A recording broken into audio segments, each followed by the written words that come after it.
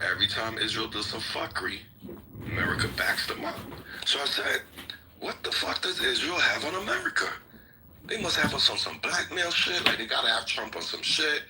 You know, I'm thinking all crazy shit. Then I said, you know what? Who the fuck run our government? Politicians, senators, House of Reps. So I said, let me look up how many senators take money from AIPAC. Now, if no one knows who AIPAC is, that's a Jewish lobbyist group that champions for the forefront of Israel. So I look out of 100 senators, United States senators. Do you know how many of them take money from AIPAC as top contributor? How many? Take a guess. I want y'all to take a guess in the room. There's 100 senators. How many of them you think are recipients of AIPAC money? 100%. 100%. Very close. 85. 85 of these motherfuckers take money from AIPAC. So now, the House of Representatives got 435. Over 250 takes money from AIPAC. So now it makes sense every time fucking Israel do something, America back them, because our policymakers are fucking getting paid by these guys. It doesn't matter what you want, what I want, what the American people want. It's what the fuck the lobbyists want. So what did I learn from Charlie Kirk? Well, him and Candace used to be good friends, or they still are. But their little dispute was about that same country. Candace seen what I'm talking about. Charlie didn't see it until it was too late. See, the problem is with these fucking people, right? And it's not the Jewish people. I'm talking about Netanyahu and his motherfucking crew. He's been in power over 20-something years. The problem is, it's not about blackmail. These motherfuckers move like the mob. Once you ask the mob for help and they help you, you now belong to them. You don't walk away from them. You belong to them until they have no more use for you. It's the same thing with our fucking senators, and the same thing happened with Charlie. You took these motherfuckers' money, and once you take the money, you can't give it back. So the only thing left now is to fulfill whatever fucking agenda, policies, or legislation I need you to pass. And if you can't make it happen, nigga, I'm taking your job, or I might just offer you. I don't give a fuck. Ain't no man bigger than the program. Yeah. So meaning, I'm gonna give you a prime example. Clinton. Hold on, Monica Blood, we'll get to you. Clinton, Monica Lewinsky. Netanyahu, during the Abraham Accord meeting, pulled him to the side and asked him to release a gentleman by the name of Jonathan Pollard. Who's Jonathan Pollard? A U.S. Navy intelligence officer that was stealing nuclear secrets and giving it to Israel. Got caught and got a life sentence. At the time, your FBI director was Tenet. Your boy Clinton came back and asked him to release him, and Tenet told him, motherfucker, I release him, I'm gonna resign, and I'm gonna expose all this shit. So guess what? Clinton couldn't do it. Guess what? Lewinsky happened. Now, when you go, you do your research of how even Lewinsky ended up in that motherfucking White House and see who hired her. Epstein.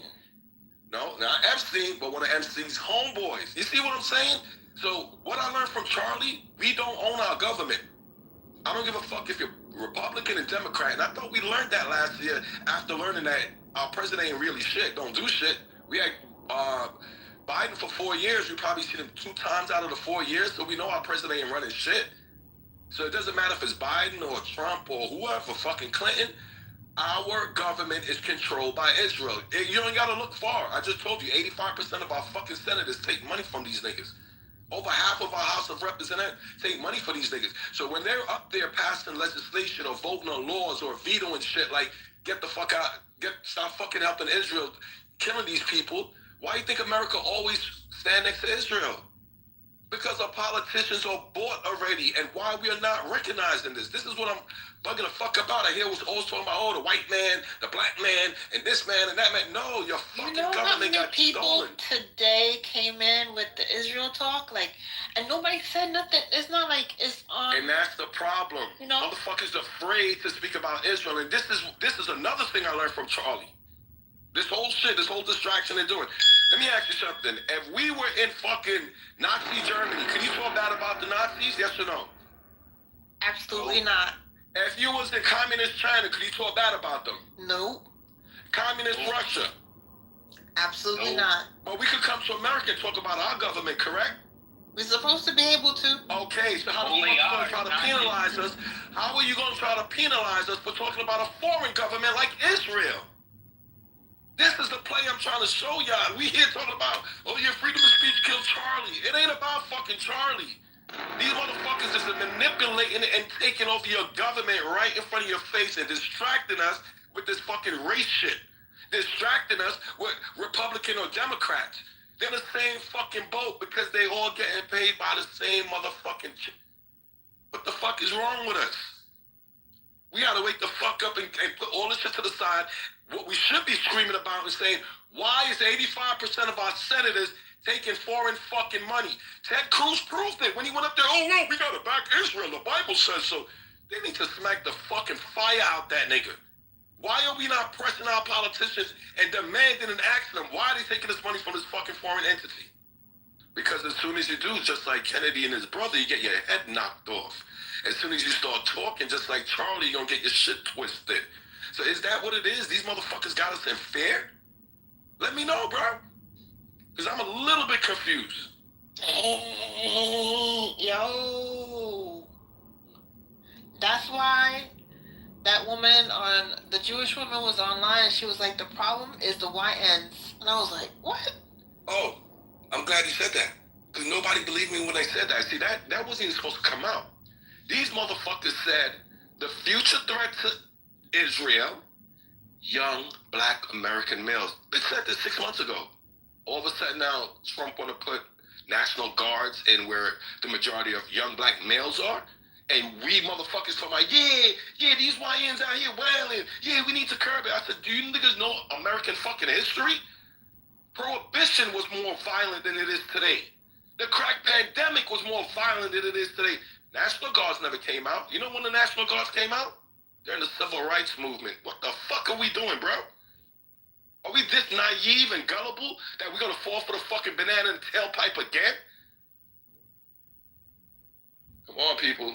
Yeah, them young niggas, they already know that them young niggas, they don't give a fuck about the system. Like, they don't care about the system that was put in place and none of that shit. So if it was any time to revolt and anybody would do it, it would be them because they don't fear, nor do they give a fuck about the consequences.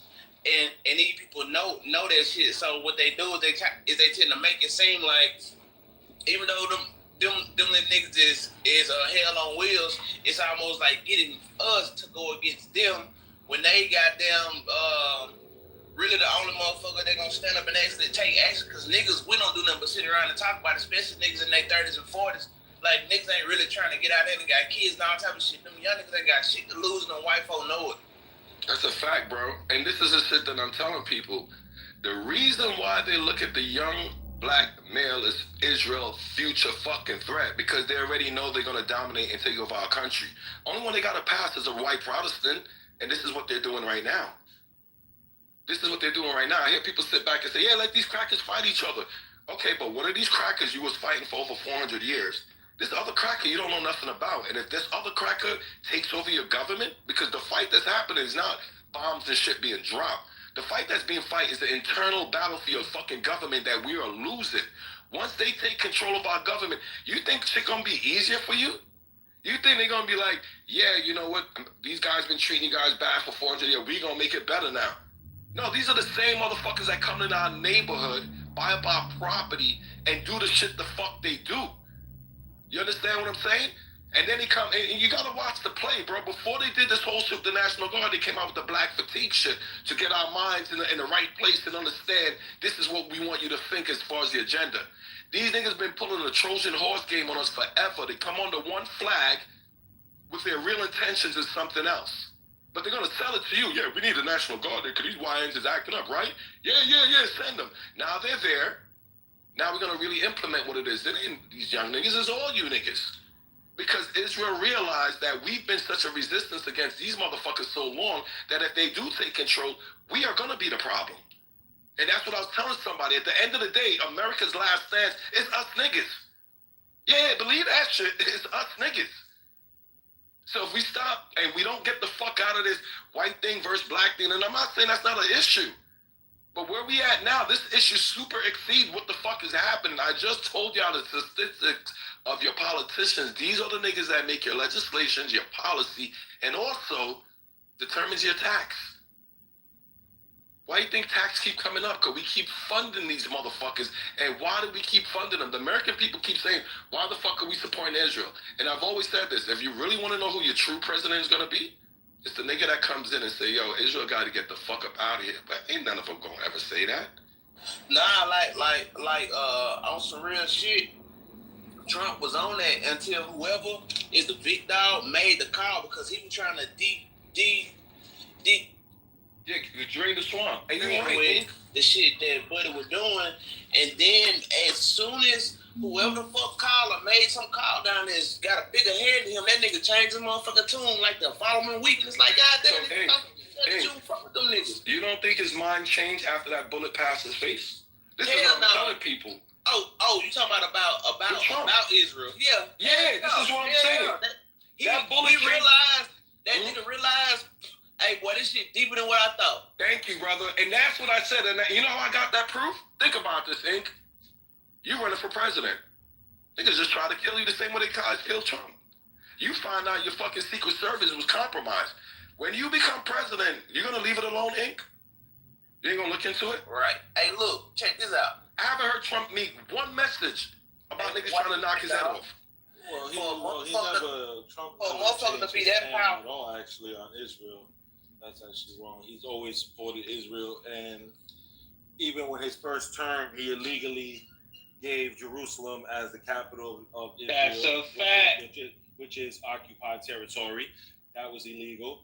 He helped almost recognize illegal settlements in the West Bank. So Trump has never done anything. That's a fact. No, he never won against Israel. Fact. Let that man finish. Yeah, no, you guys say he changed. He was singing a different tune. No, what he was actually doing during his campaign was lying and manipulating what all candidates do in terms of stopping wars and funding other nations with American tax dollars.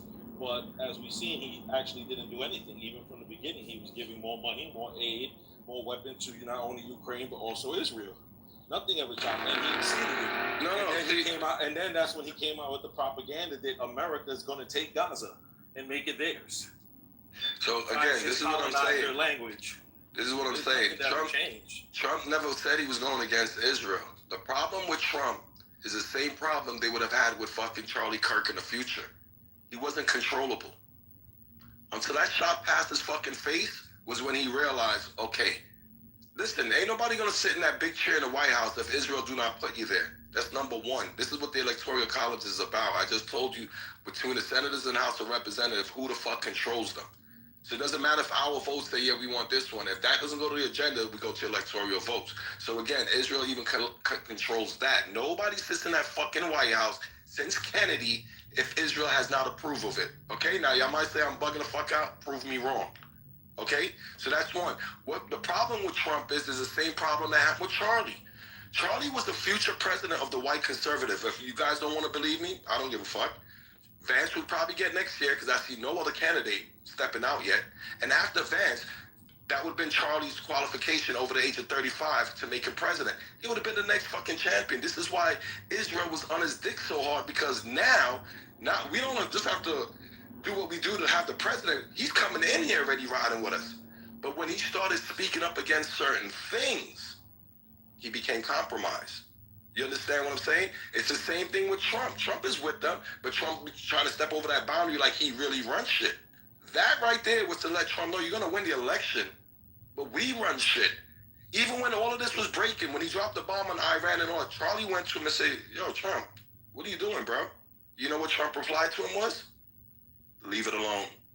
That sounds like something somebody told him when he was trying to look into certain shit. Hey, Soki, let me say this. Hey, Soki, I agree with you, bro. Like, hold on, let me say one quick thing to him. I agree with you, bro. Like, I don't fuck with Charlie Kirk as a person and some of the beliefs he has, but I agree with you on that, man. That is why he more than likely got unalive. Hey, look, check this out, y'all. Like, and I know like shit be going on, but we're in the age of information today. And you got a lot of young motherfucking kids and grown-ups who are internet investigators, and these people do a good job at what they do. It's almost seeming like this whole Charlie Kirk thing wasn't even really a thing. It's something was staged and set up this way for it to look like this man was this man got assassinated. And the more and more shit that comes out on a day-to-day basis of these people dissecting these fucking videos, and even me, I build weapons. The gun that they say that man got shot with, he should not have a head. Like, you shoot fucking moose and elephant with that type of gun. So the idea that bullet went in. You just have powerful bone mass. His bone. No, there's no fucking possible way. A motherfucking 30-06. Listen, a motherfucking 30-06 put a hole in steel. You know the steel target that you shoot at. A 30-06 will put a hole in it. Yeah, that shit would have took his head out. That man was a trained hitman. Let me say this real quick, man. Because listen, I've been in the U.S. military, and you don't take a shot like that, one shot, without being trained. That man was a trained hitman. And I'm going to tell you something what I learned about this. This man was killed by his own party, the right-wing government. And yes, by your boy Israel. That is correct. The problem with, I wanted to say something back to what this brother Soki is saying, because he sounded like he developed in the house Negro syndrome for Donald Trump.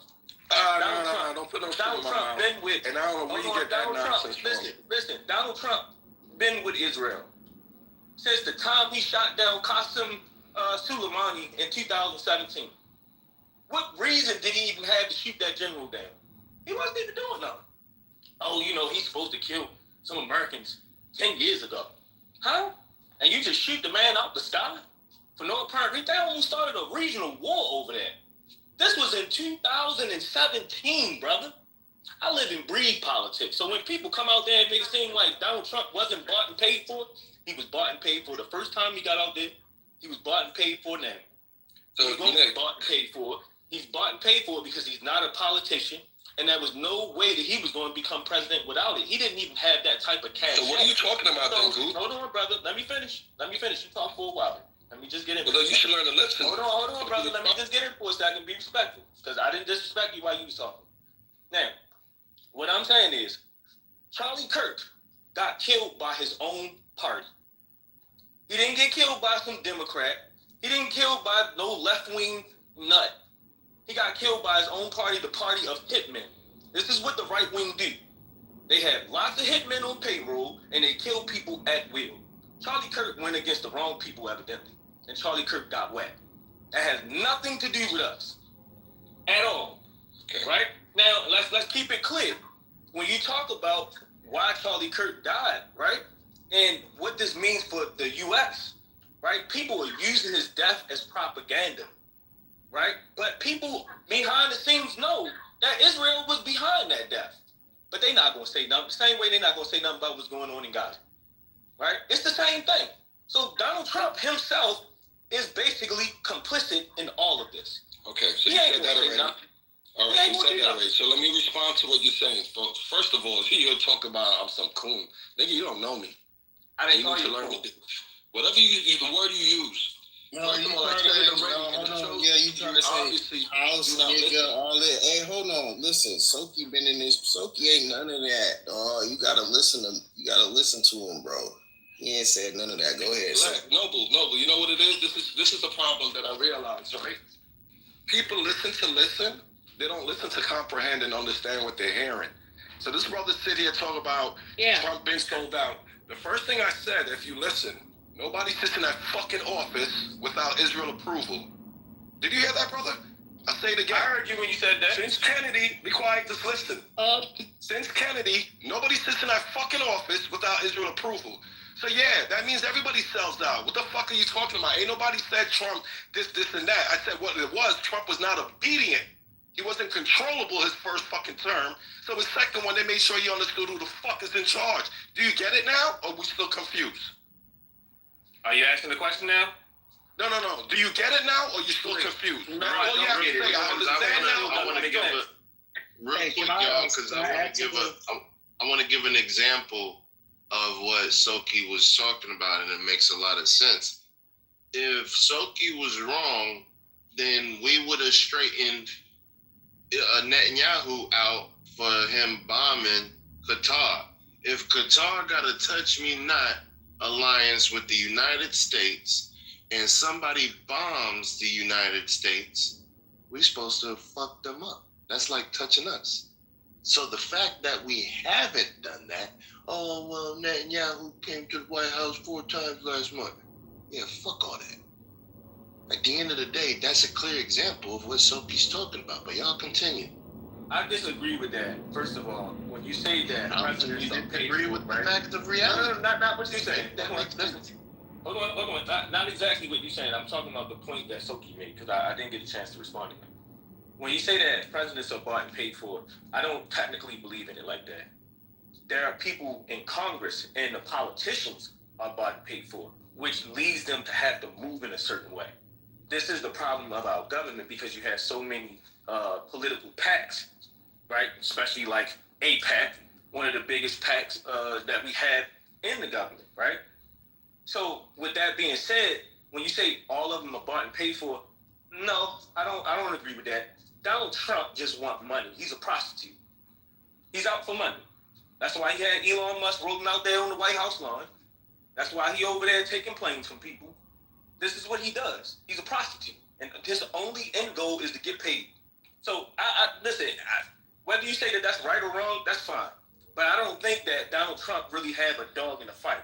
If the money's coming his way, that's who he's supporting. That's how it works with Donald Trump. That's kind of a good thing. Can I do a submission? But wait, hold on. Yeah, you can. But hold on. That's probably a good thing, because that means we could buy him out if we get enough money, right? Yeah, but people ain't got money like that. Come on, think about how much money you gonna have to buy people out to outbid, you know. See, I think you just like problems. You just like, yeah, you just like it to be a let me problem. just ask him one question, Noble. Nagu, let me ask you something. Since you're saying it's a politician that's bought and sold, not the president have the right to veto certain things, even if the politician passes it. So I'm going to ask you this one question. Since Kennedy, how many American presidents do you know of that stood against Israel or opposed what Israel was doing? Name me one since Kennedy. Now, if you can't name me one since Kennedy, next question I'm going to ask you, since Kennedy, Israel has done nothing fucked up in the world?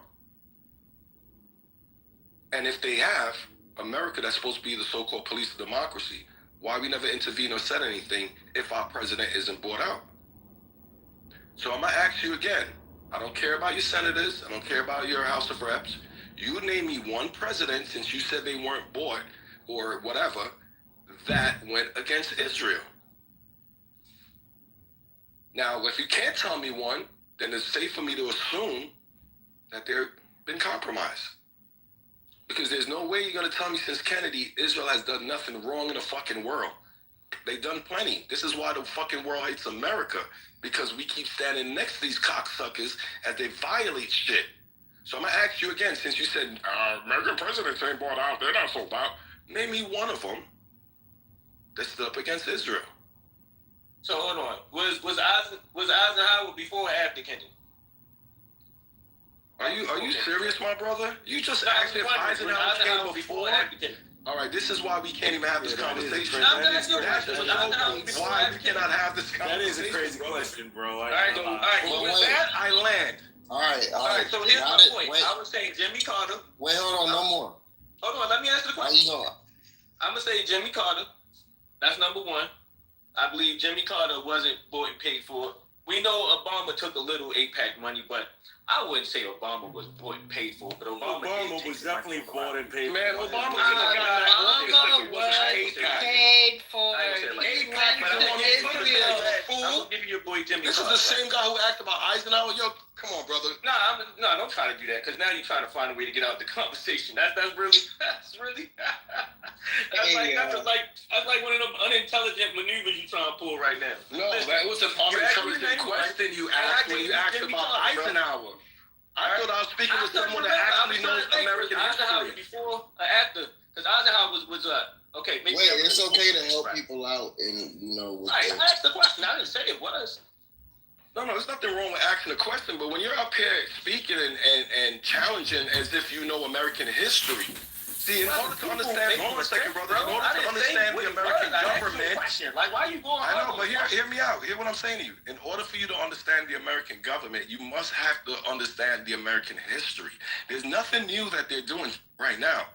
It's all regurgitated, just coming in a different time in a different envelope. It's the same shit.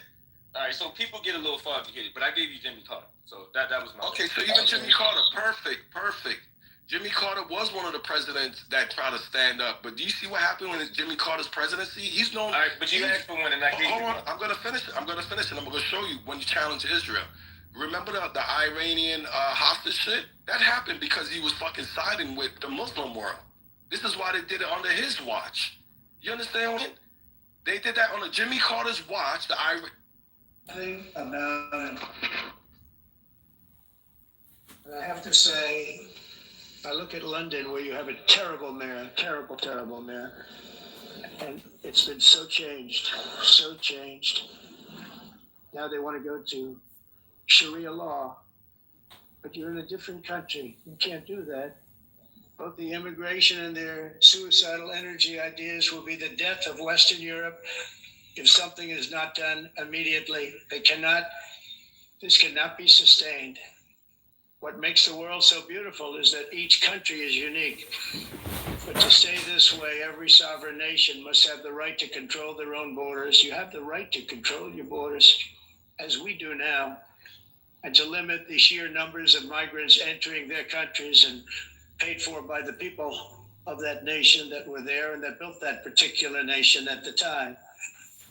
They put their blood, sweat, tears, money into that country, and now they're being ruined. Proud nations must be allowed to protect their communities and prevent their societies from being overwhelmed by people they have never seen before, with different customs, religions, with different everything.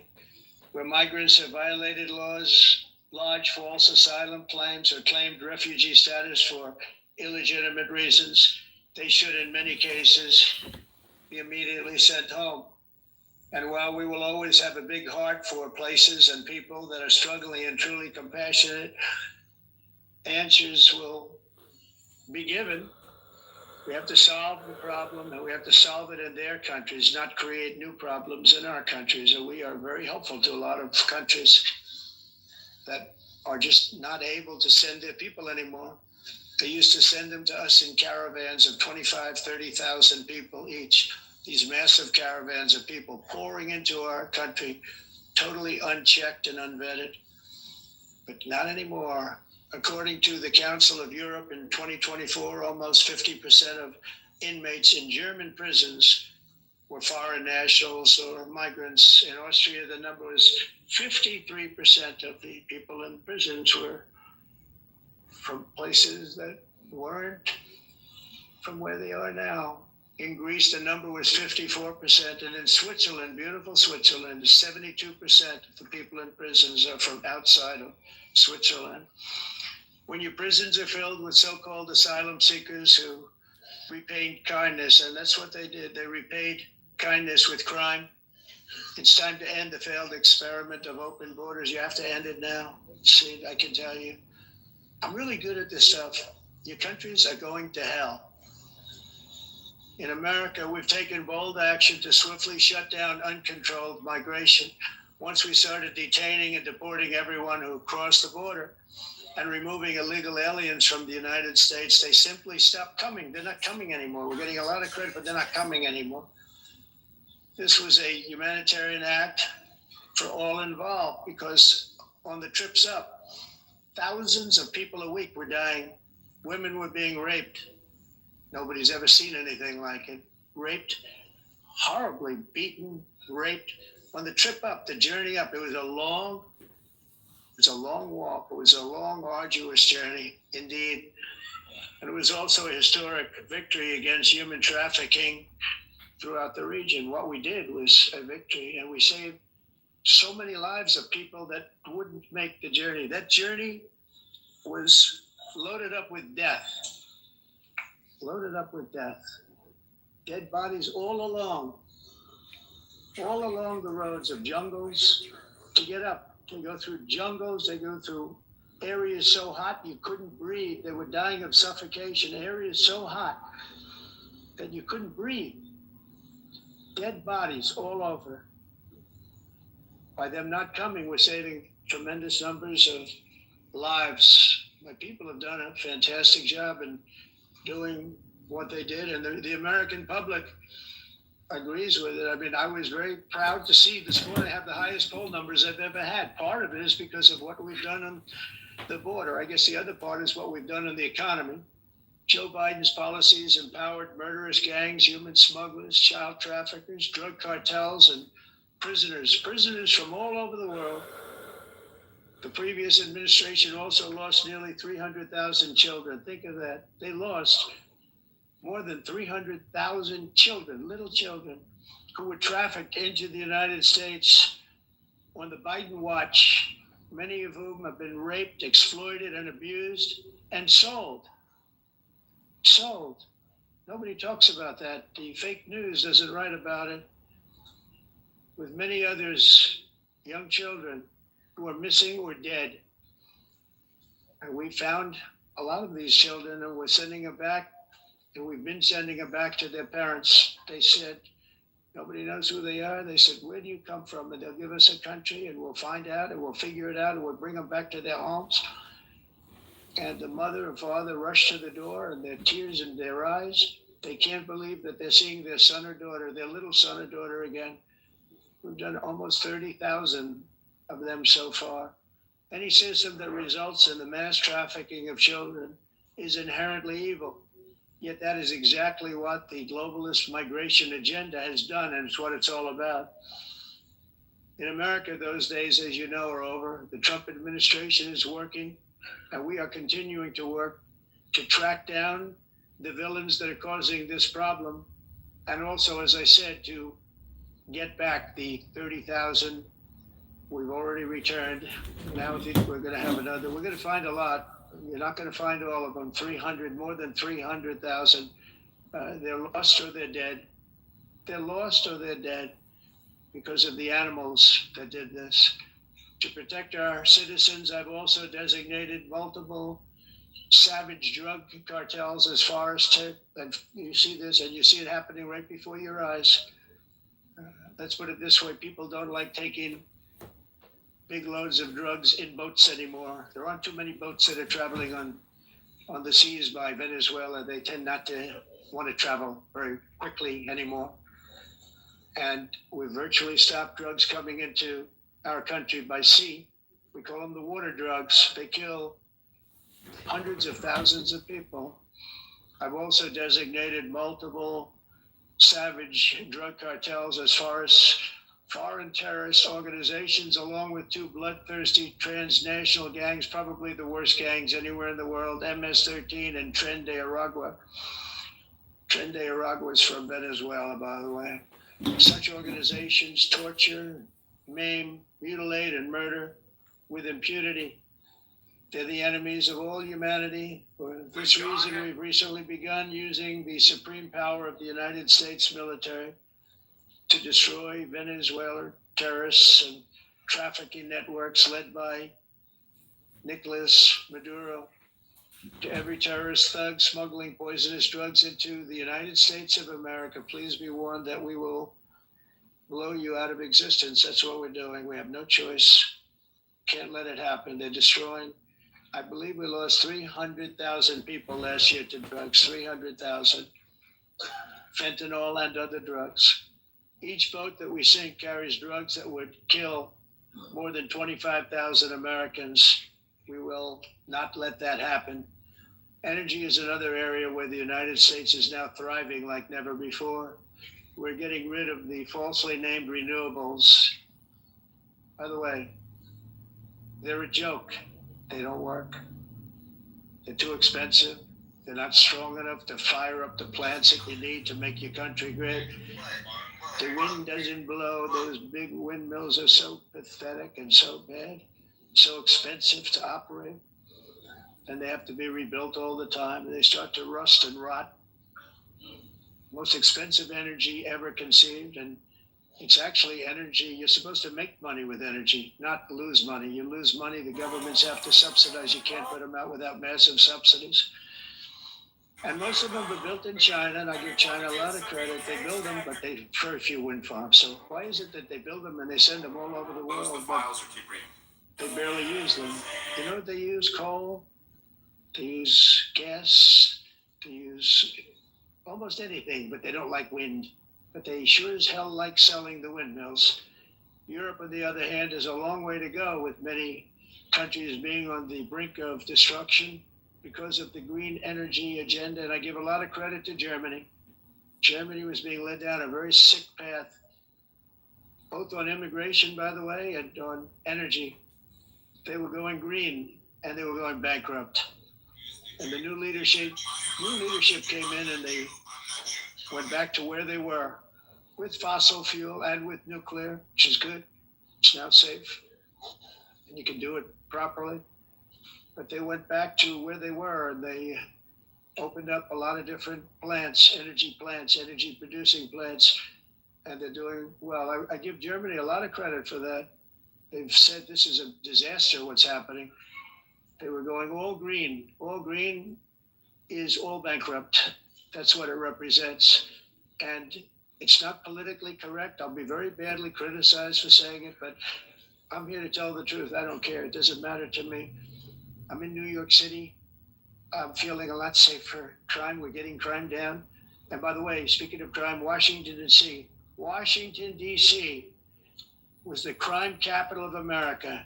Now it's after 12 days, it's a totally safe city. Everyone's going out to dinner. They're going out to restaurants. Your wife can walk down the middle of the street with or without you. Nothing's going to happen. My people have done a fantastic job. And yes, I called in the National Guard, and the National Guard took care of business, and they weren't politically correct, but they took care of business. We got 1,700 career criminals out, brought them back to where they came from, the countries where they came from, or put them in jails. Washington, D.C. is now a totally safe city again, and I welcome you to come. In fact, we'll have dinner together at a local restaurant, and we'll be able to walk. We don't have to go by an armor-plated vehicle. We'll walk right over there from the White House. They've given up their powerful edge, a lot of the countries that we're talking about in oil and gas, such as essentially closing the great North Sea oil. Oh, the North Sea, I know it so well. Aberdeen was the oil capital of Europe, and there's tremendous oil that hasn't been found in the North Sea. Tremendous oil. And I was with the Prime Minister I respect and like a lot, and I said, you're sitting with the greatest asset. They essentially closed it by making it so highly taxed that no developer, no oil company can go there. They have tremendous oil left, and more importantly, they have tremendous oil that hasn't even been found yet. And what a tremendous asset for the United Kingdom. And I hope the Prime Minister is listening, because I told it to him 3 days in a row. That's all he heard. North Sea, because I want to see them do well. I want to stop seeing them ruining that beautiful Scottish and English countryside with windmills and massive solar panels that go 7 miles by 7 miles, taking away farmland. But we're not letting this happen in America. In 1982, the executive director of the United Nations Environmental Program predicted that by the year 2000, climate change would cause a global catastrophe. He said that it will be irreversible, as any nuclear holocaust would be. This is what they said at the United Nations. What happened? Here we are. Another UN official stated in 1989 that within a decade, entire nations could be wiped off the map by global warming. Not happening. You know, it used to be global cooling. If you look back years ago in the 1920s and the 1930s, they said, global cooling will kill the world. We have to do something. Then they said global warming will kill the world, but then it started getting cooler. So now they could just call it climate change, because that way they can't miss. It's climate change. Because if it goes higher or lower, whatever the hell happens, there's climate change. It's the greatest con job ever perpetrated on the world, in my opinion. Climate change, no matter what happens, you're involved in that. No more global warming, no more global cooling. All of these predictions made by the United Nations and many others, often for bad reasons, were wrong. They were made by stupid people that have cost their countries fortunes and given those same countries no chance for success. If you don't get away from this green scam, your country is going to fail. And I'm really good at predicting things, you know. They actually said during the campaign, they had a hat, the best-selling hat. Trump was right about everything. And I don't say that in a braggadocious way, but it's true. I've been right about everything. And I'm telling you that if you don't get away from the green energy scam, your country is going to fail. And if you don't stop people that you've never seen before, that you have nothing in common with, your country is going to fail. I'm the president of the United States, but I worry about Europe. I love Europe. I love the people of Europe. And I hate to see it being devastated by energy and immigration. This double-tailed monster destroys everything in its wake, and they cannot let that happen any longer. You're doing it because you want to be nice. You want to be politically correct, and you're destroying your heritage. They must take control strongly and immediately of the unmitigated immigration disaster and the fake energy catastrophe before it's too late. The carbon footprint is a hoax made up by people with evil intentions, and they're heading down a path of total destruction. You know, the carbon footprint was a big, big thing a few years ago. I remember hearing about the carbon footprint, and then President Obama would get into Air Force One, a massive Boeing 747, and not a new one, an old one with old engines that spew everything into the atmosphere. He'd talk about the carbon footprint, we must do so. Then he'd get in and he'd fly from Washington to Hawaii to play a round of golf. And then he'd get back onto that big, beautiful plane and he'd fly back and he'd talk about, again, global warming and the carbon footprint. It's a con job. At extreme cost and expense, Europe reduced its own carbon footprint by 37%. Think of that. Congratulations, Europe. Great job. You cost yourself a lot of jobs, a lot of factories closed, but you reduced the carbon footprint by 37%. However, for all of that sacrifice and much more, it's been totally wiped out and then some by a global increase of 54%. Much of it coming from China and other countries that are thriving around China, which now produces more CO2 than all the other developed nations in the world. So all of these countries are working so hard on the carbon footprint, which is nonsense, by the way. It's nonsense.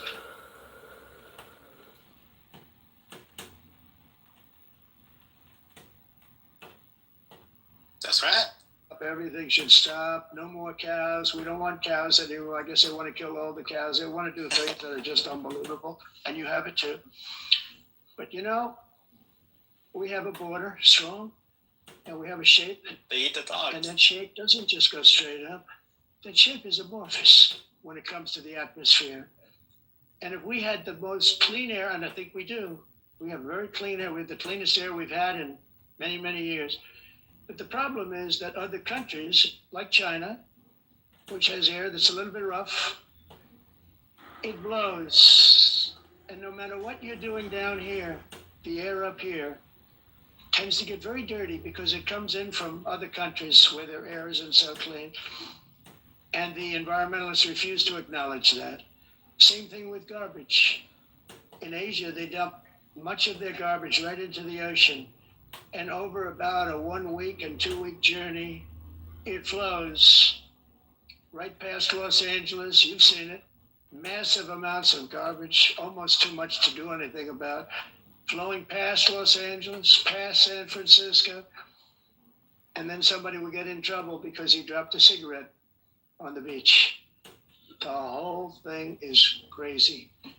The primary effect of these brutal green energy policies has not been to help the environment, but to redistribute manufacturing and industrial activity from developed countries that follow the insane rules that are put down to polluting countries that break the rules and are making a fortune.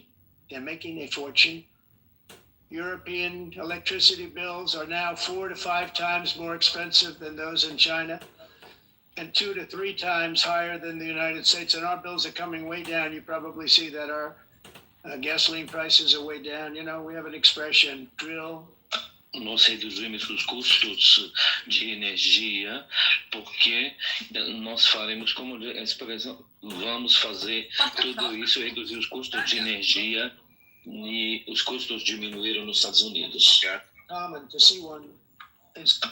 Por exemplo, se você olhar Electric costs nos países em approximately faturas de energia, 100 heat-related deaths. Nós não Related, so mas nós nos Estados Unidos conseguimos usar eles e evitar aumento da temperatura. Like it's talking, like it's still say Trump, but someone. Okay, I'm typing it in then.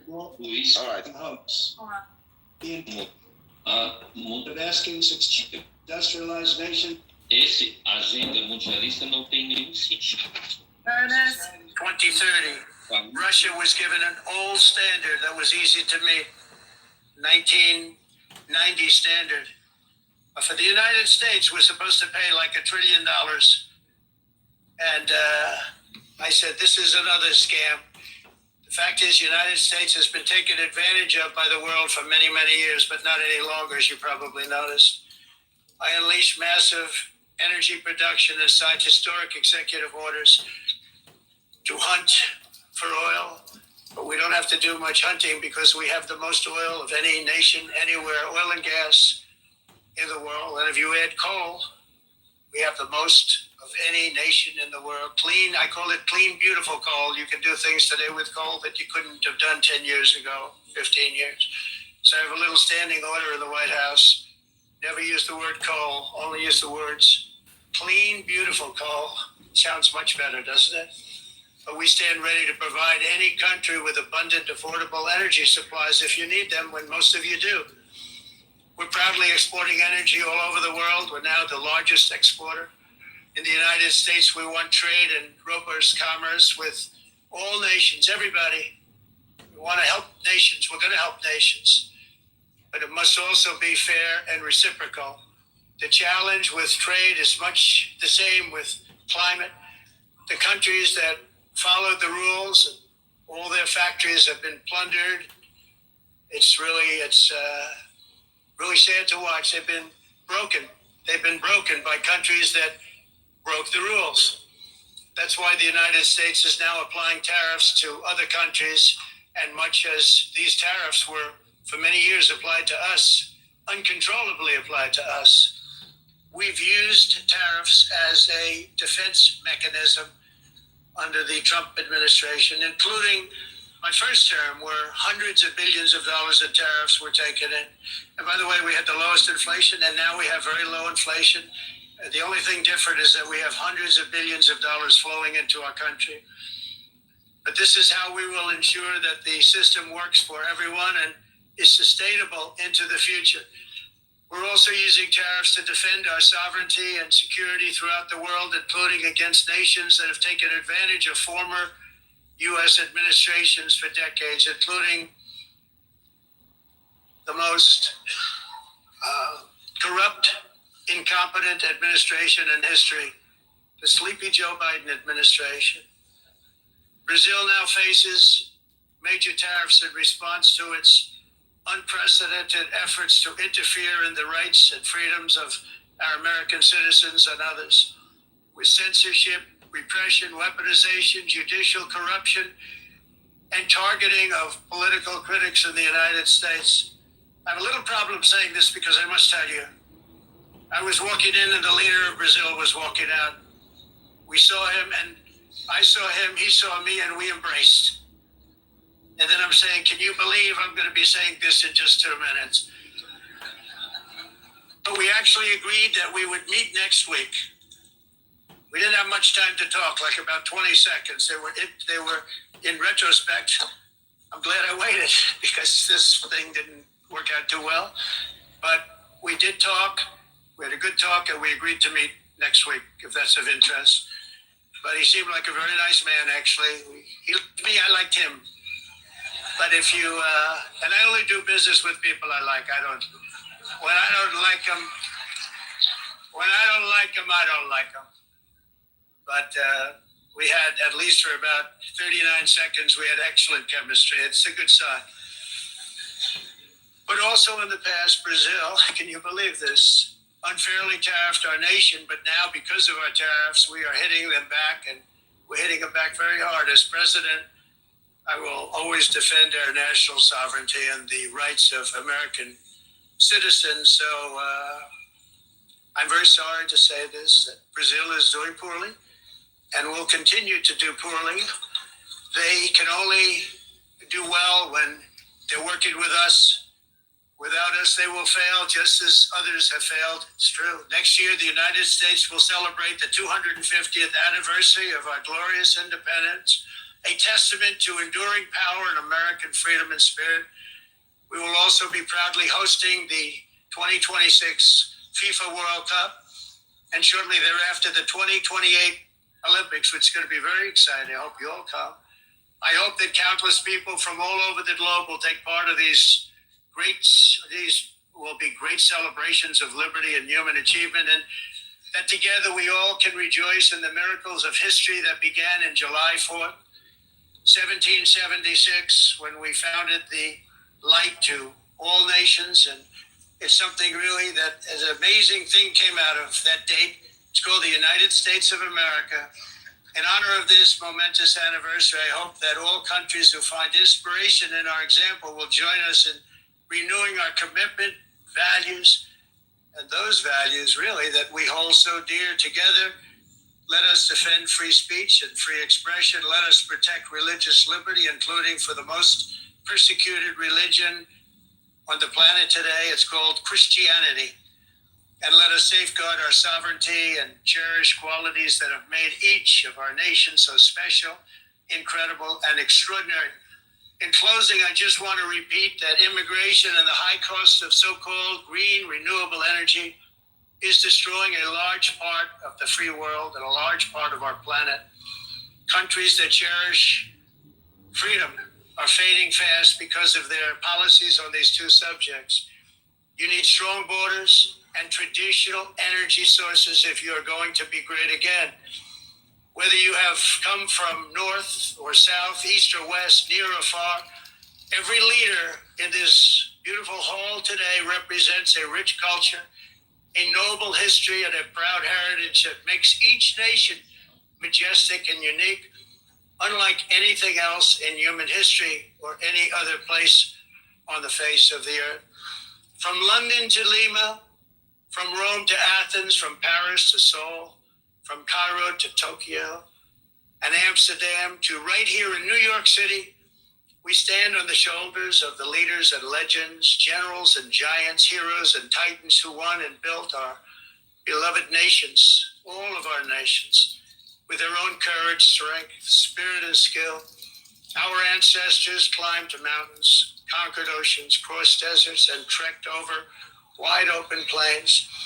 They charged into thunderous battles, plunged into grave dangers, and they were soldiers and farmers and workers and warriors and explorers and patriots. They built towns into cities, tribes into kingdoms, ideas into industries, and small islands into mighty empires. You're a part of all of that. They were champions for their people who never gave up and who never, ever gave in. Their values defined our national identities. Their visions forged our magnificent destiny. Everybody in this room is a part of it in your own way. Each of us inherits the deeds and the myths, the triumphs, the legacies of our own heroes and founders who so bravely showed us the way. Our ancestors gave everything for homelands that they defended with pride, with sweat, with blood, with life, and with death. Now the righteous task of protecting the nations that they built belongs to each and every one of us. So together let us uphold our sacred duty to our people and to our citizens. Let us protect their borders, ensure their safety, preserve their cultures, treasure, and traditions, and fight for their precious dreams and their cherished freedoms. And in friendship and really a beautiful vision, let us all work together to build a bright, beautiful planet, a planet that we all share, a planet of peace and a world that is richer, better, and more beautiful than ever before. That can happen. It will happen. It will happen, and I hope it can happen and start right now, right at this moment. We'll turn it around. We're going to make our countries better, safer, more beautiful. We're going to take care of our people. Thank you very much. It's been an honor. God bless the nations of the world. Thank you very much. Bye.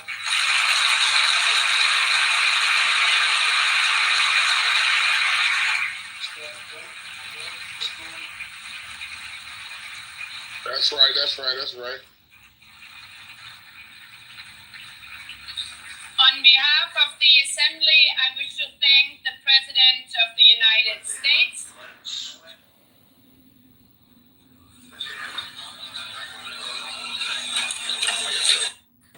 Charlie didn't get the benefit of. All right, he's gone. A couple of like. That was powerful, though. It was a good speech. That was awesome. It was not great. It was not amazing, yeah. Well, the beginning was millions and millions and millions and millions. no, like the indictments against the UN throughout, and I don't really understand his obsession with Biden. I mean, it's over. Like, move on. He's not running anymore. He's hardly walking. Like, who cares? Like, no one cares. Well, who the guy did that? They talk about Trump for like 10 years straight. My favorite part was the part in Portuguese. I think he's pissed off. Brandon was a big part of Trump's campaign.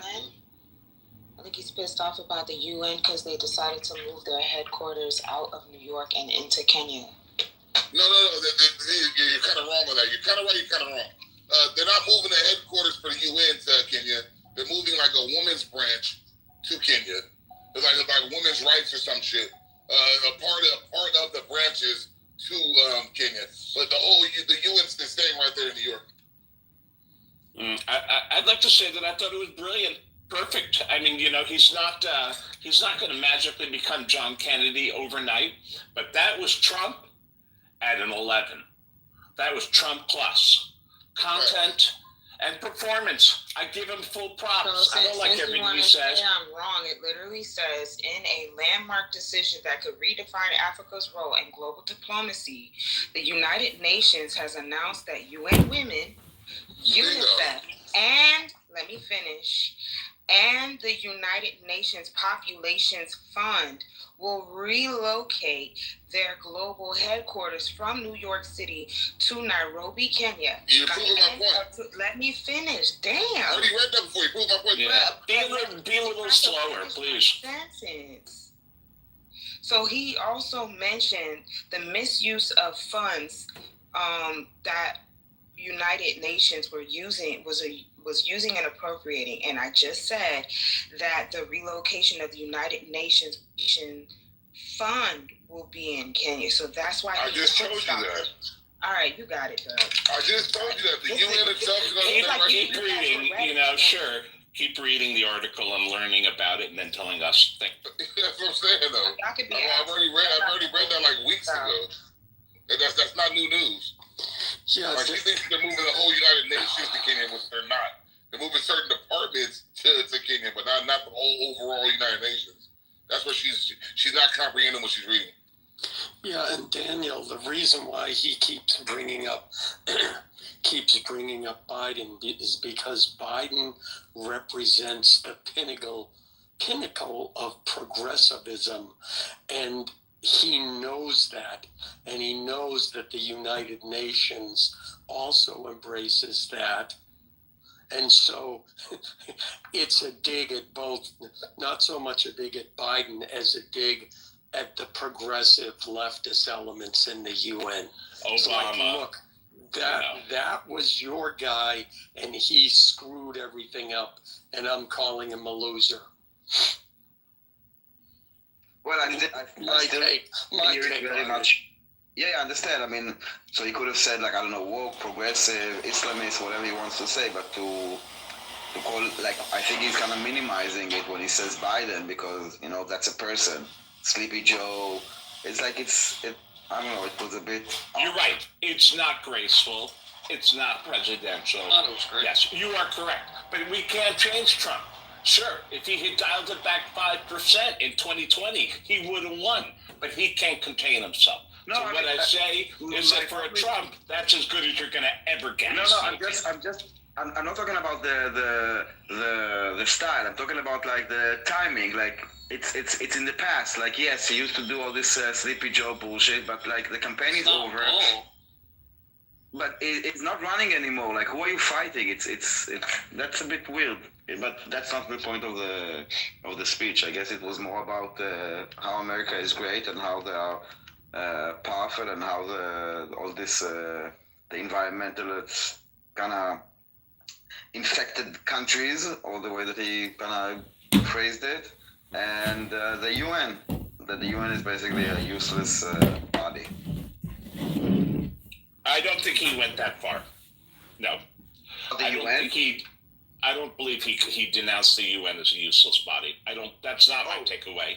He said the UN is good for an elevator that stops halfway and a teleporter that is not working. He said that all of these negotiations to stop wars, the UN didn't even give him a call or to try to help. He said, what else did he say about the UN? But that they would paying illegal immigrants to go into the United States, and that they're basically the problem of illegal immigration into Europe as well. He was maybe useless was even good. He was actually saying that they are harmful. Would you believe that, he said, that they're actually doing this, the opposite of what they're supposed to do? And what they're good for is a faulty elevator and a teleprompter that is not good. Okay. All right. I'm not going to argue. You're not wrong. Obviously. It's not what I heard. But I acknowledge that if you say he said it. That is what he said. I just heard that as well. Okay. I guess I focused on other things. Listen, everyone heard the speech through the prism of their... well, he did literally say those words. I'm pretty sure you joined after the speech started. You probably... No, I heard the whole thing, brother. I swear to God, I heard the whole thing. But it's okay. I've been wrong before, and I may be wrong now. But I still believe that was Trump at a 10. And I guess so. I accept what Daniel said. He denounced the UN. I disagree with him. I think it has a certain usefulness, but there's no doubt, for example, I really don't want to make it about my politics. I stand by the speech. I think he has nothing to be embarrassed for. Except I acknowledge, it's Trump at a 10. He's not... I wish he hadn't said certain things. I wish he could be less of a bully. It's bullying at this point. What did you say, Trump at a 10? I put a link in the chat that is a clip. Just want to say, what did you say? Trump at a 10? What did you say? I said this is Trump. Well, I wanted to say that I put a link in the chat. Trump. Hold on, I just want to understand this sentence because I don't know it. What I'm saying is this. Okay, let me get my concept out here. He is just the meaning of what is Trump at a 10. What is meaning for what he is capable of. He is capable of, this is the best he can do. In other words, he's not going to magically become John Kennedy, or he's not going to magically become, I didn't mean Trump. I meant the sentence. Trump at his 10, meaning Trump is his best, right? That's what you meant? Right. Got it, then. Exactly what I meant. Thank you. I put the link in the chat that is a clip of him saying the only thing he got was a broken escalator and a broken teleprompter. I accept it. Yes, it's ringing a bell now. I really did hear the whole thing. Yeah, and I think this discussion about what is or is not presidential, I think the Democrats blew that away a long time ago. So any critiques of him... What are you referring to? Because I give them credit. They have a very inclusive message. They're less... I have to acknowledge that Trump is more divisive. I mean, even if I like Trump, he is more divisive. He says things. He called Rosie O'Donnell a dog. Or a pig. I mean, what did the Democrats do that blew that credibility away? Yeah, starting with, in my recent memory, Hillary Clinton, when she was running, calling conservatives deplorables, then telling people that people who conservative voters need to be put in re-education camps.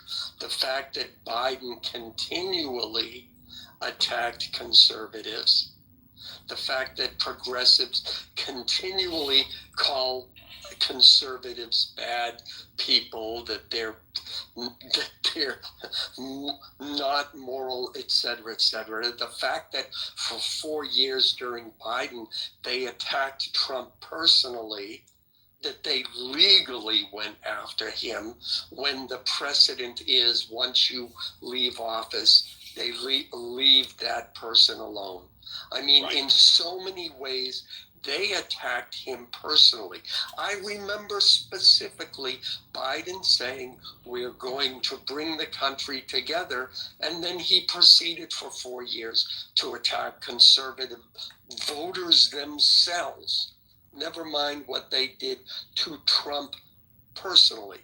So no, this whole thing of the Trump breaking precedents, you can go back and look, and it is clearly the progressives, the Democrats, and Biden himself who did that. So no. Okay. All right. Listen, you make a good case. I'll go further. Thank you. And you don't. And I will, you're not without merit either. Okay. Thank you. I will go back further and say this: that for a long time now, in every administration, the attacks on presidents have, basically, hey, Nixon deserved it, but post Nixon, in every presidential administration, I believe that the attacks on presidents have gotten more and more vicious from opposition. That's in everyone. The attacks on Clinton, the whole Monica Lewinsky thing wouldn't have happened 50 years ago. When Eisenhower and Roosevelt were fucking their secretaries, nobody would have done that. So for whatever reason, in every administration, the attacks on the president. And I thought that the things that the Republicans said about Obama, it's rough. The guy won. Now he's president, but they never gave him a break, in my opinion. So I'll say you are correct that the attacks on Trump are the worst, but I'll also say that every administration has gotten increasingly vicious attacks on presidents. Thank you. Yeah, and I'll just say too, it's ironic because Democrats, the whole thing about they all got blowjobs from their secretaries, that's true. But it was the Democrats who attacked their own in the case of Gary Hart. And they were the ones who started that whole ideology of, well, you have to be, if you're a politician, you have to be morally pure. But the thing about was it the Democrats, or was he just that sloppy? I don't blame the Democrats for that. I say that's to me, People Magazine or whoever it was. He was that sloppy. Well, he could have gotten away with it. Yeah. You don't take her out on a boat, dude. Gary Hart or Clinton? I'm talking about Gary Hart. That's what you were talking about. Yeah, and you could be right, but what people forget, it's not that Clinton got the blowjob. Nobody cares, and who would want to get a blowjob from Hillary at that point? I mean, it makes me shudder. But that joking aside, it's the fact that it came out and he lied directly to not only the American public, but then lied about it under oath. And it wasn't until it came out, well, gee, Monica. They asked him if he had sex, right? Yeah. Okay, yeah. There you go. You know what? I don't agree that most of America is shocked by this. You seem to be more shocked by it than many people in my circle. No. Really. Every guy understands what he did. No, and I understand it too. It's not that, and I'll say it specifically. It's not that he got the blow. It's not that he got the blowjob. It's the fact that there were already lawsuits out against him for his, quote, sexual improprieties, and yet he still continued the behavior. That is political suicide, and he was smarter than that. if you're in a trial for stealing cars, you don't steal cars while you're out on bail. It's that simple. It's like the guy who was, it's hilarious. The guy who was charged for driving without a license, appearing in a Zoom call in his car using his phone, driving. Literally, the judge looked at him and said, "Yeah, you're guilty." That's the problem I had with Clinton. Everybody knew that people in power got blowjobs. That was not for me anyway. Oh my God, you're a room killer, Alan. I just want to point out that Trump speaks at the same speed as I do. Hello.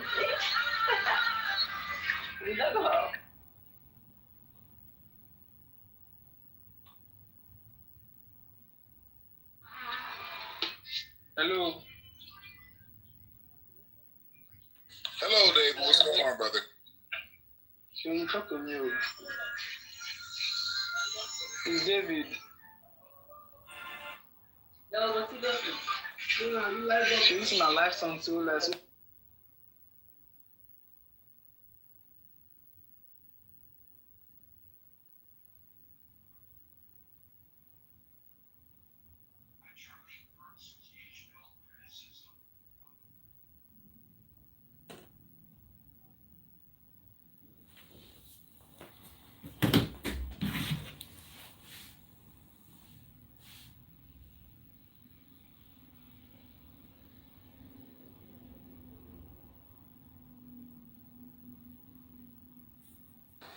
Is it quiet in here? Is the room dying? Looks like the room is dying.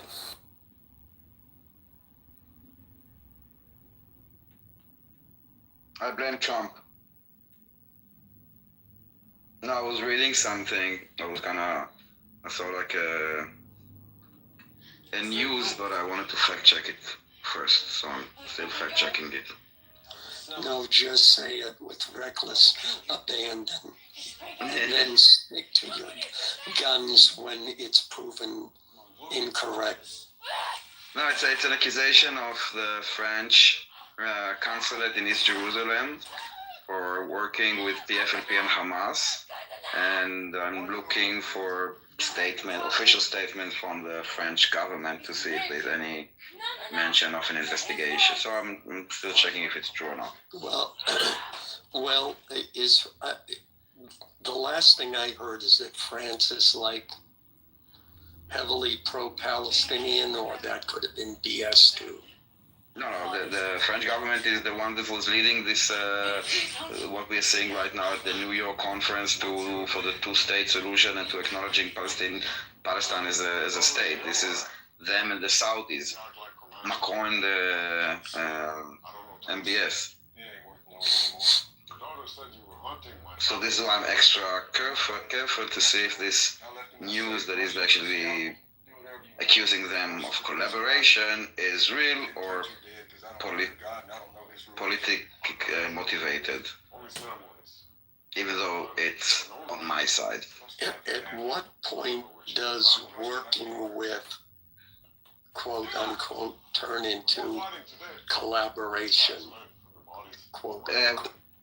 The examples that are given here, that they were helping basically Hamas family members of Musa Abu Marzouk and Nour Atala to basically evacuate through the French evacuation programs. And one second. That they initiated some kind of a Doha meeting between officials of Hamas, Marzouk and Khaled Mashal. I'm not sure what it's about.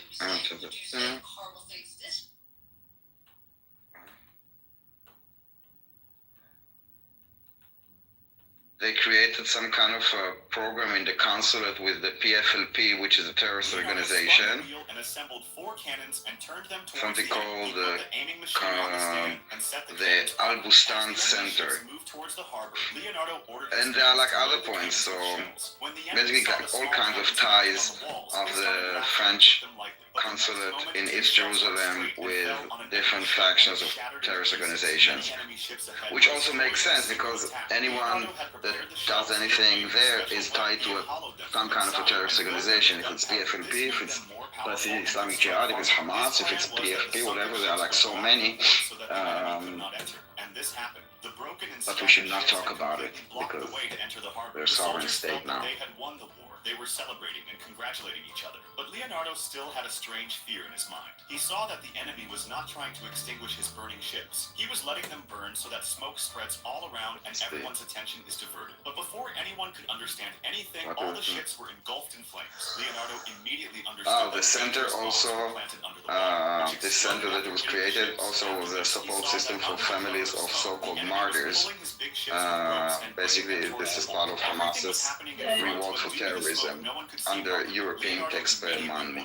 And told them that they had been trapped in this trap of the enemies. He immediately changed the target of his cannon, but by then it was too late. The enemy ships had reached inside the fort, and they too had started firing their cannons. The cannon fire started breaking the walls of the fort. Everything started getting destroyed. Although Leonardo's cannons were also hitting far and right on target, the enemy fleet was very large. It was difficult for Leonardo alone to stop it. The enemy's cannons were firing continuously and very fast. When Leonardo looked through the telescope, he was shocked. Actually, the cannons that the enemy was using were the same design that he had made earlier to protect his soldiers. Now the question was, how did the enemy get this idea? And who made these weapons for them? All the soldiers were ready to take up the front inside. So this is the UN discussion about the two-state solution, because Trump at least didn't even mention it in a word.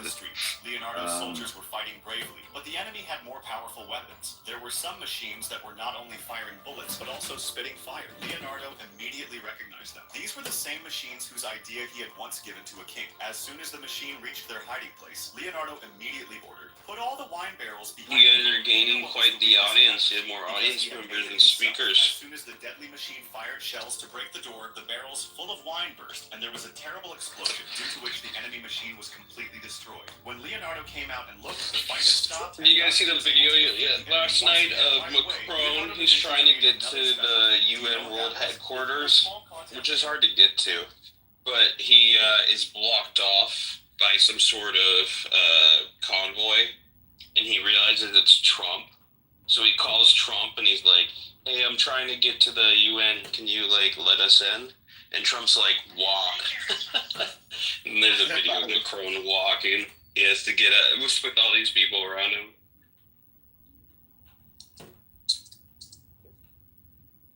That's hilarious. Macron's such a beta.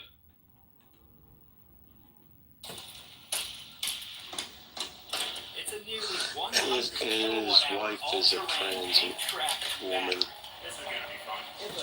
Wife's something, that's for sure. Even though 100 kilowatt hours. Because what's all that about? The power tank won't be enough to power the administration. I think the first thing Trump judges when he's deciding your character is how hot your wife is. As the closest American, there is no one. In that case, I'm in dipshit. Yeah, you're fucked, Daniel. You'll never be friends with Trump. It's 2025. But he shits on Macron all the time. And then when you hear him talk about people like Keir Starmer, he's like, Keir Starmer's a lucky guy. He's got a beautiful wife.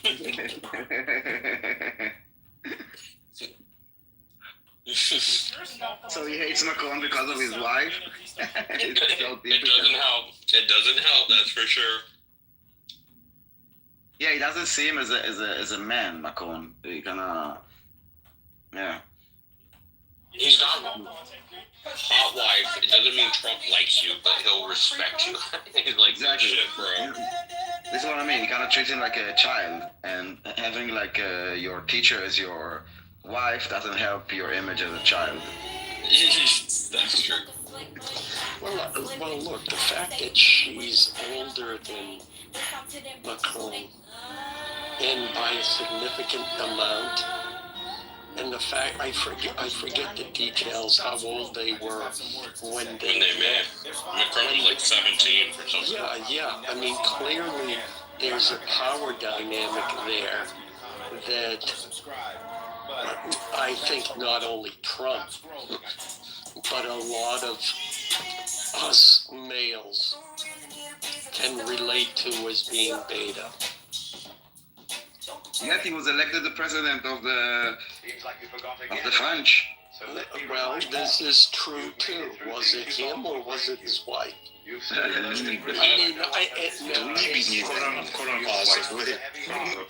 Yeah, I mean, you know, I can say that giving credit to Macron himself, but at the same time, we can also recognize that, yeah, was it him or was it the wife pulling the strings? I think that, that I'm not changing the subject, but it's still a point of Macron, but a different point. Macron got rich by working at Rothschild's as an investment banker. There's something about the fact that he's such a fucking loser, especially when it comes to the Middle East, and he, you know, the way he got his start was working at Rothschild's. Something about that just pisses me off so much. I guess I hate people that use Jewish institutions but support terrorism. I hope Macron gets, kicked out of... I don't understand. This is the other thing. How the fuck do European politics work? They have a prime minister and a president, but Macron's the highest position, right, as a prime minister, but there's also a president that stepped down. Am I wrong? The prime minister deals with international affairs, the president deals with domestic affairs. No, it's different in every country. It's not like a European thing. Some have the president is the head of state, some have prime minister as the head of state. And some have a king, for example, UK have a king and they still have a prime minister. Like also in Israel, we have a president who is more like a symbolic role, and we have a prime minister who is actually the executive role. But there's, I think Macron is the executive. Executive. But he's the highest position, right? He's the one who decides who's president. Yes. I think, right? Yeah. He is the decision maker. Elle fait la décision. Yeah, his wife is the decision maker. Let's be clear. His quote-unquote wife. She's the one that slapped him around. Yeah, well, it's kind of like it's currently until it's settled in code. We should refer to they them. Yes, we haven't seen her private yet. Macron should be he should become a persona non grata, not just in Israel but in America. They shouldn't allow him to come to America. They should be like, sorry man, no cucks allowed, and then kick him out. Well, Michael the Cat, the last election in France, I mean, it was Le Pen's party that got the most votes, but they had Macron's party had they gathered together, for different sects. And yeah, you know how it works, right? Yeah, it's like coalitions. It's like the right gets 35% of the vote, the left gets 30% of the vote or something like that, and Macron's party is in the middle with 20% of the vote, so both sides have to be incentivized. Essentially, Macron gets to choose, right? His party gets to choose who gets power, and in the most recent election, the left, actually, they had fewer votes than the right, and then the moderates got 20%, so they, did a coalition with the left, but it already broke up because it's if you need 50% or whatever, right? If you did a coalition with the right, probably would have had 60%, coalition with the left, you're at 51%, you know what I mean? Just to avoid doing a coalition with the right, Macron made a really weak coalition with the left. Macron is such a fucking bitch, I hate him. Well, yeah, the left has been, seems to me at least 30 years ago, the left took over in France, and it's been fucked ever since. I mean, one of the biggest things is, the BAC, as it's called in France, the baccalaureate, was a very difficult test. And if you passed, it meant you were elevated to a certain jobs within France. And if you didn't... Wait, when do you take this? You take it at the end of high school. Yeah, that test. Okay. Yeah, they've weakened it completely now. It's not the same as it was. Because they're trying, because it's unfair to people, And to me, that is culturally is a huge change. Because that was one of the things, for all their arrogance and everything else, which we all have grown to know and love about the French, you couldn't argue that their educational system wasn't strict and demanding. Mm-hmm. And now that's going away. On behalf of myself and my nation, I want to always most Yeah, no, that makes sense. The United Nations General Assembly to bring blessings to all humanity. I guess they're just like in general. Oh, sorry.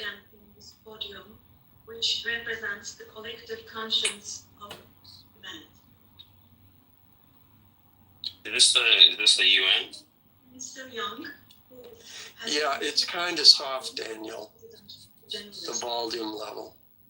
Dude, I always think about how these people are just down the street from me right now. I'm not too far from that building.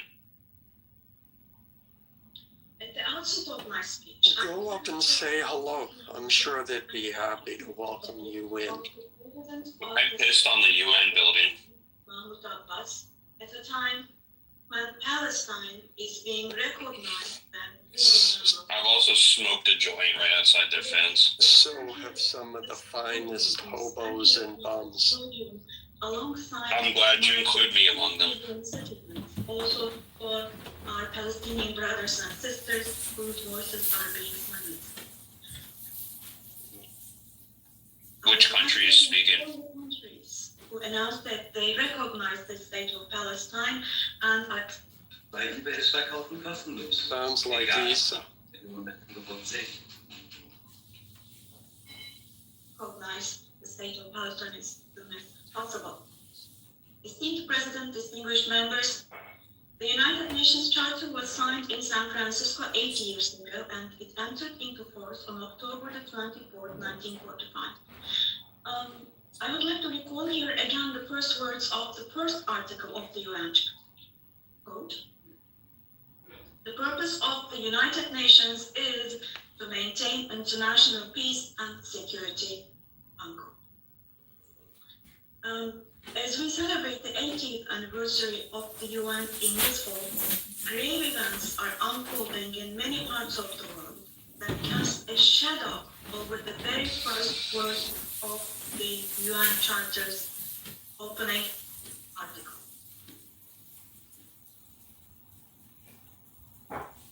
Particularly in Gaza, right before our very eyes, genocide has been going on for over 700 days now. As we gather here, as we speak now, what country is this? Massacring civilians in Gaza. Daniel, what country is speaking? You're listening? I forgot. It's Turkey. I forgot that I'm of course, it's Turkey. Erdogan. Are still trapped under the rubble. Oh, he's speaking, and this is a translator? Yes. Thousands of those who died were. I don't speak Turkish. For the last 23 months. I'm just curious. I've decided I like Turkish people more than Armenians. Every hour. These are not just figures, dear friends. All of these, each one of these is a person, a human being, innocent people. People are now being killed not with weapons, but with the weapon of starvation. In the 21st century, under the gaze of the... There's just so much shit that comes from Erdogan's mouth. I hope he dies. Out of those 428, 146 were children, and this number is including everything. Now, I will show you a photo, which is a picture from daily life in Gaza. Oh. The first photo, as you see, these are people. These are women with these cups that they are holding in their hands, cups and buckets. Just feel your conscience and answer the following question. Can we possibly have a reasonable reason for this brutality in 2025? This shameful picture in Gaza has been unfolding and is being repeated every day for 23 months now. And there are 2.5 million Gazans who live in 365 square kilometers. And every day, what happens is they are being dragged from one place to another. The healthcare infrastructure of Gaza is completely collapsed.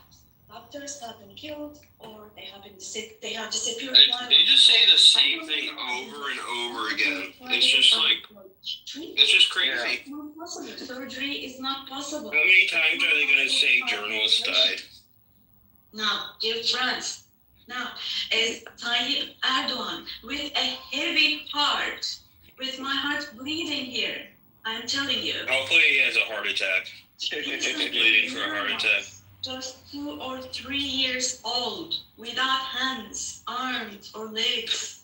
That's because they have genetic effects. They're all inbred. Come on, Erdogan. You should know this. He knows this. He knows, yeah. See, it's perfect. In Palestine, they all marry their first cousins so they can blame it on the Jews. They actually show now a picture. They show a picture now of one of those sick children. Somebody with muscular dystrophy. Yes. Yes.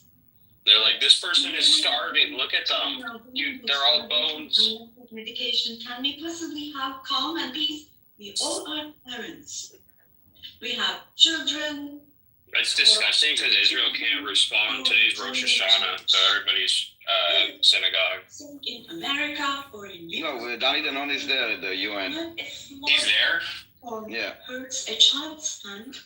Yeah, that's crazy. They forced him to. Yeah, I don't know why. Synagogue.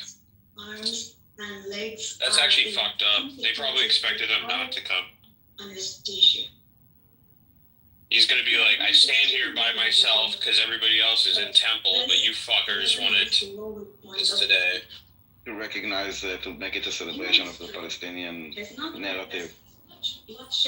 It's just so retarded how they do it. Like, all of this is happening before our very eyes. Our very eyes. They're all with the same text. Yeah, they just say the same thing over and over again. Live. People are so sick of it, by the way. Nobody talks about this shit anymore, I feel like. It's like it's boring. Deliberately killed 250 journalists. Ain't a journalist again. Working in Ooh, 250 journalists. Wow. I wonder how many of them were Hamas. That doesn't matter to Erdogan, though. No. They have closed all the entrances into Gaza, but they still have not been able to cover up the genocide. I wholeheartedly support it. Remember how he got mad because they called the Armenian genocide a genocide? The ongoing genocide in Palestinian territories. And I would like to once again come. They get to say it a million times, but the second you talk about a real genocide in Turkey against Armenians, they're like, we're not talking to Israel anymore.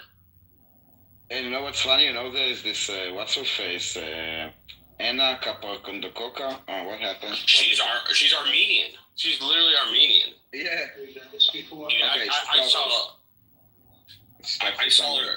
I saw her saying some stupid shit today, and I made a tweet about it. I was like, sorry if anybody else is Armenian here, by the way. Just, this is a full disclosure. I'm going to say something anti-Armenian. But when I saw her, I was like, wow, all Armenia, like, Anna Kasparian is, like, the perfect example of why Armenians are retarded. She is on a show called The Young Turks with a Turkish person as an Armenian. Exactly. She's on a show, glorifying the people that killed all her people in Turkey, and all she talks about on the show is how much she hates Israel. It's just so retarded. Dude, what? And the worst part is, like, all Armenian people are like that. 19th, That's the worst part. 19th Amendment. Yeah.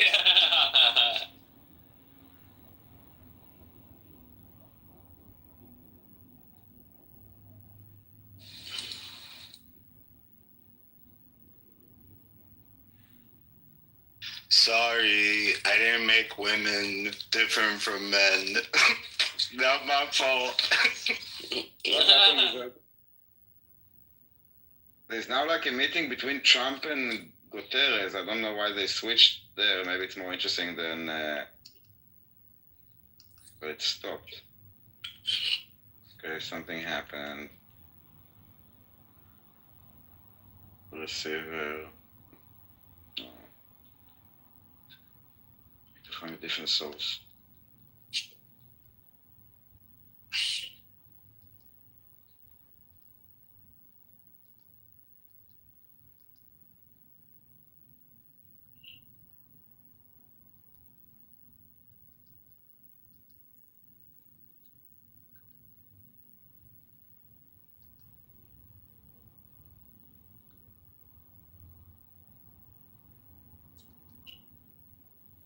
Being occupied and twisted, and innocent civilians are being massacred through execution.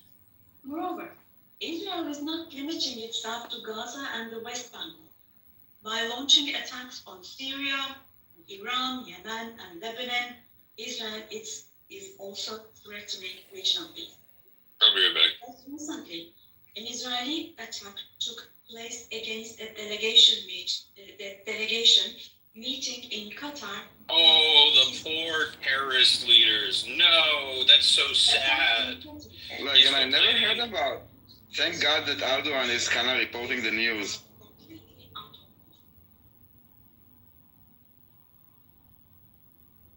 Netanyahu is not obviously interested in forging peace or releasing the hostages. Not only Israel's neighbors, but all countries in the Middle East are subject to the Israeli government's reckless threats. And we must realize the following. Due to the increasing aggression of Israel in Europe and the West in general, the values that emerged after the Second World War have been eroded. The what? The most fundamental human rights, such as freedom of expression, freedom of the press, freedom of assembly and protest, women's rights, children's rights, democracy, equality, and justice, have been shelled away. At this point, we all have to see the following truth, my dear friends. The Israeli government, driven by an obsession with the promised lands, is openly threatening regional peace and the shared values of humanity.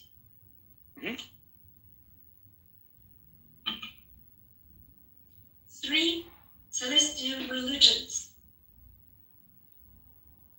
Jerusalem hosts all three celestial religions and a common inherited holy place, Al-Quds, is holy for all three religions. This madness disturbs conscientious Jews. It fuels anti-Semitism around the world. We cannot continue with this madness anymore.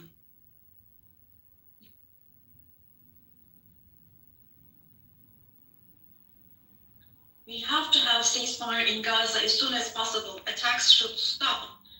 Humanitarian aid should be able to enter with no obstacles. The genocide team should be held accountable vis-à-vis international law. And God willing, this will definitely happen. Vis-à-vis the barbarity taking place in Gaza. Everyone who is keeping silent is accomplice to this barbarity. From here, I would like to call on all the heads of state and government. Today is the day. Today is the day to stand firm alongside the oppressed Palestinians and alongside humanity. While your peoples back home are reacting to the barbarity in Gaza, do show the courage to take action here. Fulfill your humanitarian duty toward Gaza, where children are raising children. On this occasion, I would like to say the following. There are peoples all around the world who are taken to the streets. Unarmed activists and volunteers from different countries of the world, academicians, students, journalists, everyone, all the defenders of Palestine. I would like to say to them, thank you so much. And clear bows and favorable winds for their actions. Esteemed delegation members, for 13 years, I have spoken to you from this platform about the oppression and conflict in our neighbor, Syria. Just as I raised my voice today for the oppressed people of Gaza, likely for 13 years, I have also drawn attention to the crimes of the Syrians. Here, I became their voice and breath as well. The persecution that caused the death of 1 million people and that forced millions more to flee their homeland has, thankfully, become a thing of the past with the December 8th revolution. Our Syrian brothers and sisters opened the doors to a new period as of December the 8th. I believe that the people of Syria who fought against a bloodthirsty regime will also be able to carry the victory they achieved at great cost to its rightful place, God willing. We'll support with all armies the vision of a one and unified Syria with no forms of terrorism, especially ISIS, being present. A free Syria where security is established is what we want. As stability takes root in Syria, the winners for sure will be all the neighboring countries, our entire region, along with Syria. And the brotherly countries in the Gulf. I would like to thank them for their contributions for Syria to recuperate. All the regional and international actors who share the same principles with us, God willing, we will continue with our cooperation with all those actors in the same manner. Esteemed friends, we hope that the nuclear issue with our neighbor Iran will be resolved through diplomacy as soon as possible. It should not be forgotten that our region cannot tolerate yet another crisis. Meanwhile, the stability, security, and prosperity of our neighbor Iraq are extremely important for the well-being of our region. In this regard, we attach great importance to strategic moves. You do realize that Alonzo and many other people in this room are more extreme than Stephen Miller. Stephen Miller, that's right, ladies and gentlemen. It's not Stephen Miller that's the problem in America. It's you that's the problem in America, because you're even more extremist than Stephen Miller. You're just at the opposite end of the spectrum. Through direct talks, we facilitated the exchange of several prisoners and corpses. And we worked to identify the modalities. He's fully cooked. He's a Haitian lamb. He's a Jew-hating, anti-Semitic, pubic hair-facing schmuck. He's a low IQ loser. I've been recording this loser for years and putting him on YouTube, and nobody cares what he's got to say because he's a low IQ moron. One is 155 times 1,000, Lonzo. That's a quick diagnostic. 155 times 1,000. Go ahead, Lonzo. Let's hear it. We have encouraged the parties from the very beginning to establish peace between Azerbaijan and Armenia. We are pleased that steps were taken on August 8th, steps that will enable the establishment of lasting peace between the two countries. I would like to once again congratulate the President of Azerbaijan, Ilham Aliyev, the Prime Minister of Armenia, Nikol Pashinyan, and the American President Donald Trump, who contributed to this process, and I would like to congratulate. On this occasion, I would also like to state that the normalization process between our country and Armenia is progressing as planned. Within the scope of the Ankara process, which is another of our mediation activities, we continue our efforts to resolve the conflict between Somalia and Ethiopia. I hope that the parties will successfully conclude this genuine initiative as soon as possible. Distinguished delegation members, we have been implementing the Montreux Convention, which guarantees security in the Black Sea. And we have been implementing this convention impartially and to the letter for exactly 89 years now. We want to see the Aegean Sea and the Eastern Mediterranean as a basin of stability and prosperity where the legitimate interests of all parties involved are respected. We are ready for constructive cooperation on all issues, particularly on energy and the environment, and we expect the same approach from our neighbors. On this occasion, I would like to particularly underline that projects which exclude Turkey and the Turkish Republic of Northern Cyprus in the Eastern Mediterranean, such projects which exclude us will not be successful. Turkey has rights and authority in the western part of the island of Cyprus, while the Turkish Cypriots have legitimate rights in the area surrounding the island.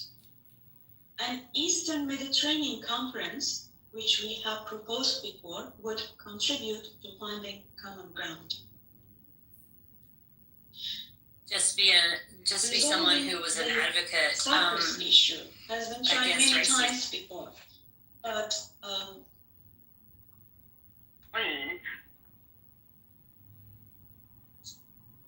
according to the rigid standard of the Greek Cypriot site, no resolution has been found. We cannot possibly A similar video with the boars, but it was a bunch of black kids raiding a jewelry shop. Are two separate states and two separate peoples on the island. One, I know this is off topic. One more brief point of saltiness about this California guy. If you just come out as a Democrat, being like a full-throated running as a Bitcoiner on Twitter, I feel like he would have gotten a lot of love and support, and like that would have been great. Yeah. And now it's completely I reiterate the call I made misled or like this is not good enough or whatever. And so literally, Let me repeat. I call on the this guy got international kneecapped in community terms of the to strength of his recognize announcement, the so now Turkish she got Republic likes. of Northern Cyprus and What to happened establish to Dennis Riff guys? economic relations with it. Esteemed President, distinguished members, in the coming period, we desire a new beginning and vision in Turkey-European Union relations. This should not be a vision that just says Million impressions on his pre-announcement tweet. Mm-hmm. Even though he actually hurt the Yeah, policy but the objective. quality of those impressions, I mean, sure, you could look at it that way, but the fucking comments betray any benefit he thinks he got, you know? But he's not, that's really shameless. He's not playing the credibility game. He's playing the influencer game. Yeah. Yeah, true. Once you realize What I'm talking about, and this guy, Calderon, comes from a horrible family of politicians. He didn't need Dennis Porter to ruin him. Yeah. Well, you're also like this. This is the point. Is we're all talking about Dennis Porter right now. That's Dennis. That's what Dennis wants, and he got it. Yeah. And penis order. Penis order. Denny Portal.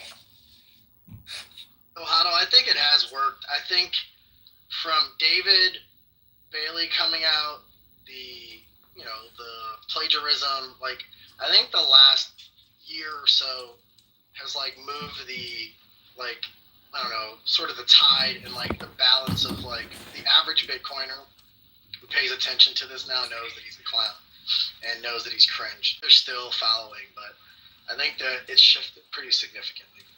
Before, a lot more people were okay with it and were just quietly saying it, and now they're openly being able to say this fucking buffoon. What a buffoon. He has 250,000 Twitter followers still. I understand, but significant amounts of money to his retard organization. I understand that, like, there's idiots like Gary Cardone and others, but I think, like, he's hurt his, like, again, I think for him it doesn't matter, but I think in terms of, like, how we view it, I think we recognize that a bunch of people that matter think that this guy's a buffoon.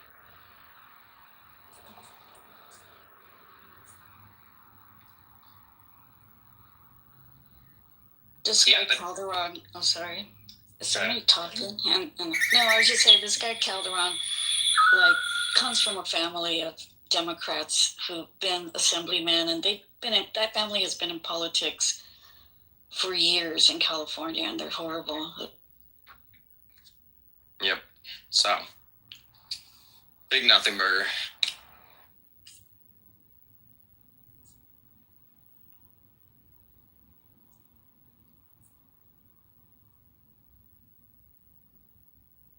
Everyone says so funny. It's like, I think the vibe is whenever he pulls a stunt like this, and maybe not so much for a lot of people in this room, but I get the vibe on Twitter is like they're skeptical but hopeful that he's actually got something real and legitimate with some meat on the bones when he's like, maybe this time Penis Dorter is gonna announce something that's, you know, actually interesting.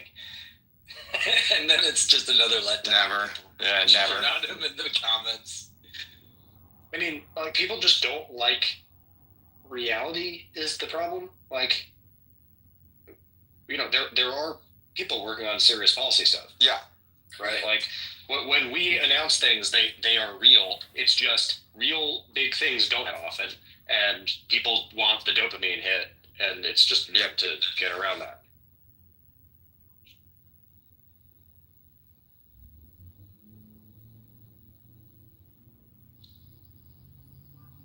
The constant search for dopamine is ruining our society. Just like is he sort of like, you know how like back in like, I don't know, 18, 19, probably 17, like there was like so much willy woo, like we knew it was bullshit, but it was still fun to like read.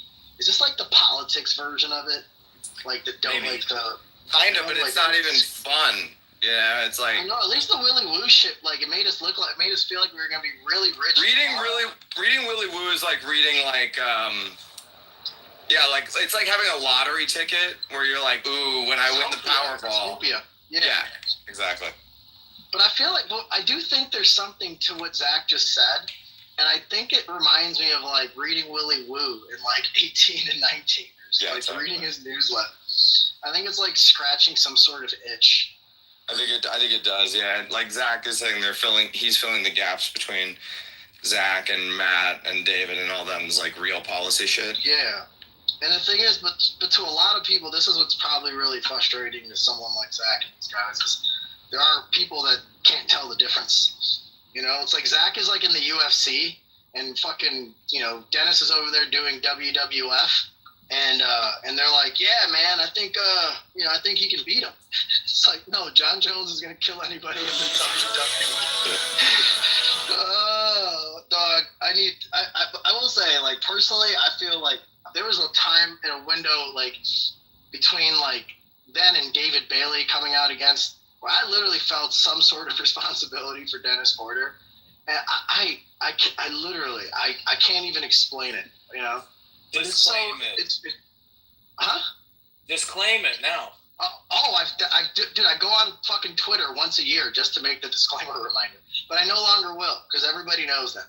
Yeah. It's an apology. I send an apology. Hey guys, I'm so sorry. This is my fault.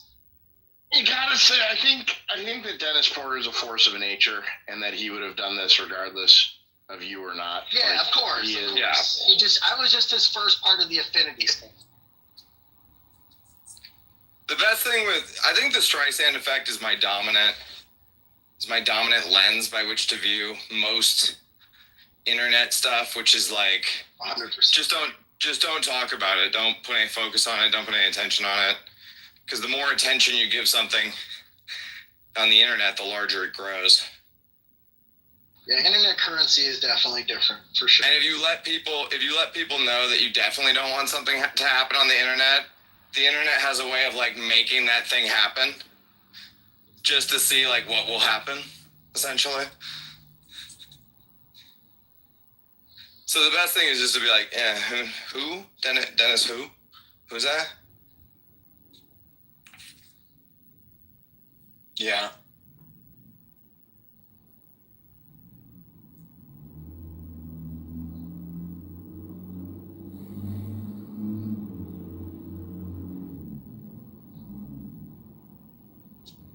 Speaking of Dennis Porter, can we talk about drive chains? No. It's been a while. Rejected. Are you mixing up your fucking Bitcoin retards? Oh, am I? Oh, who was the... You're thinking of Henry. I'm thinking of Henry. I'll take it back. Yes. I think you're going to let that hang for a while. Also, what are you guys doing? Who? Alright. The guy just kicked out of the room. The guy just kicked out of the room that's at the bottom of the stage. The guy that records us and put it on YouTube and then blast it out. Wait, is that a thing? Are we getting... Is there a YouTube channel now? Yeah. No, I mean... Also, can you guys either mod me or deal with the fucking chat also? Oh, man. We got him again. No, that guy left already and it was spamming the chat, but... No, it was him probably, because I just kicked him out of the room. Is it John Kitover? No. It's a guy trying to sell a course or something. I reported it earlier, but I couldn't remember. What's that? John says, you know what's extremely funny is my mom just texted me and asked me what was happening at 3 p.m.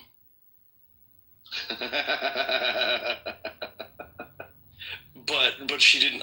She doesn't know how to like use Twitter or like she didn't even know it was like that.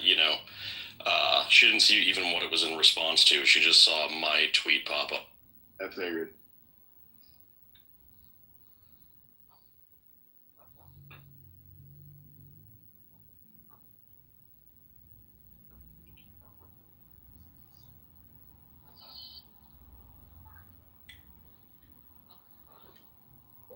I don't even need anonymous now to do was a this. very important announcement.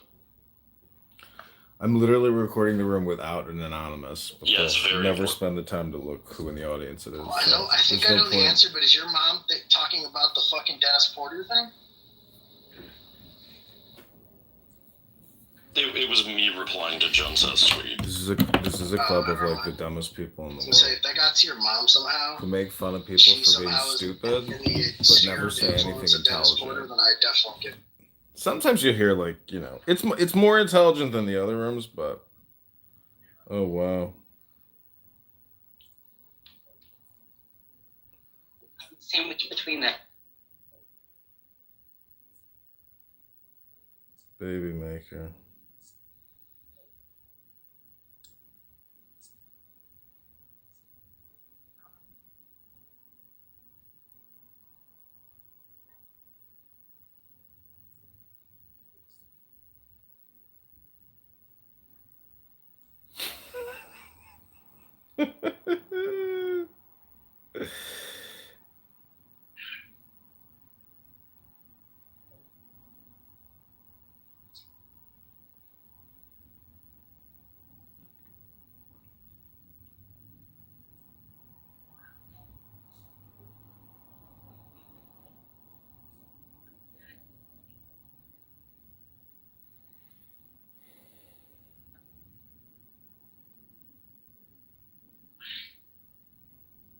Bitcoin is a really good room to actually run.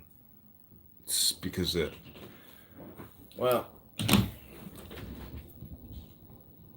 see here.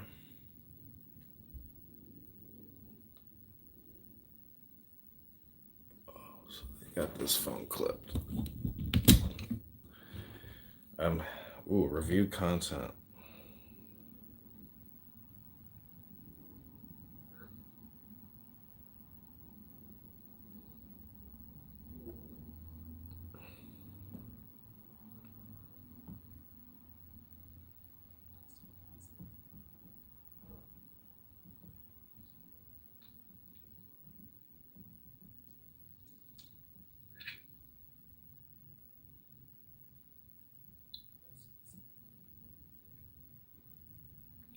I created this content. I own the IP and copyright.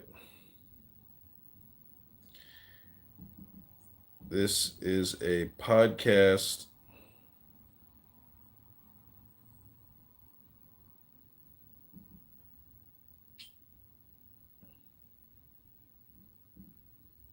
No third party.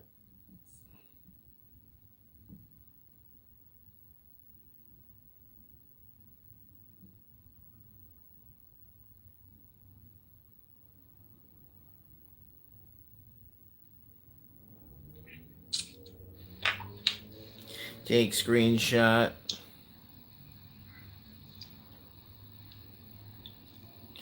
I've become that robot guy from Grandma's Boy. Taking screenshot.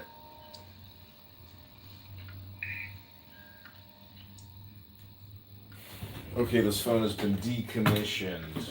Candidate Congressman John Kitover, 2nd Lieutenant, Army National Guard, politics.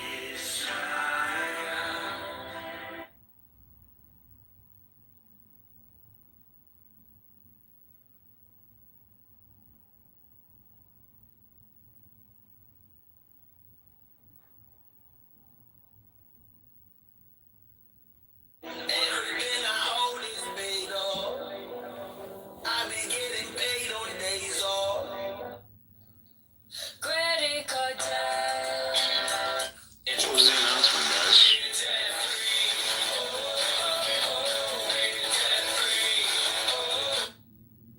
Hello? Oh, Dennis name dropped his friend that's running for California governor. There's a guy who might be running for governor of California who likes Bitcoin. Zach, how does it feel that Dennis is breaking more news than you guys? The entirety of the Bitcoin policy institute. Yeah, I'm just in awe. One day I'll get on his level. Instead of being at awe, I think you should start taking some fucking notes. I actually mentioned this, like I'm doing executive media training, which is, I think, going to be helpful with news appearances. And I do think, like, we can do a better job communicating, but we're not going to do clickbait. You're going through executive media training? Yep. That's awesome. I'm happy. That's really good. I think that will actually help you guys a lot. Stuff like that's always good. Fuck.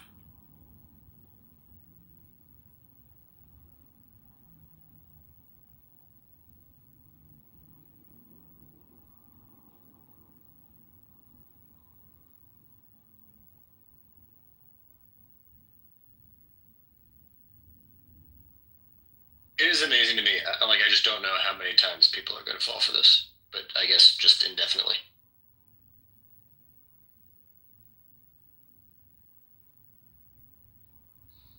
What is executive media training exactly? Is it just like development, like techniques? Like, what is it? It teaches you how to speak, not like Zach, if that makes sense, and communicate ideas in a way that they can actually be heard.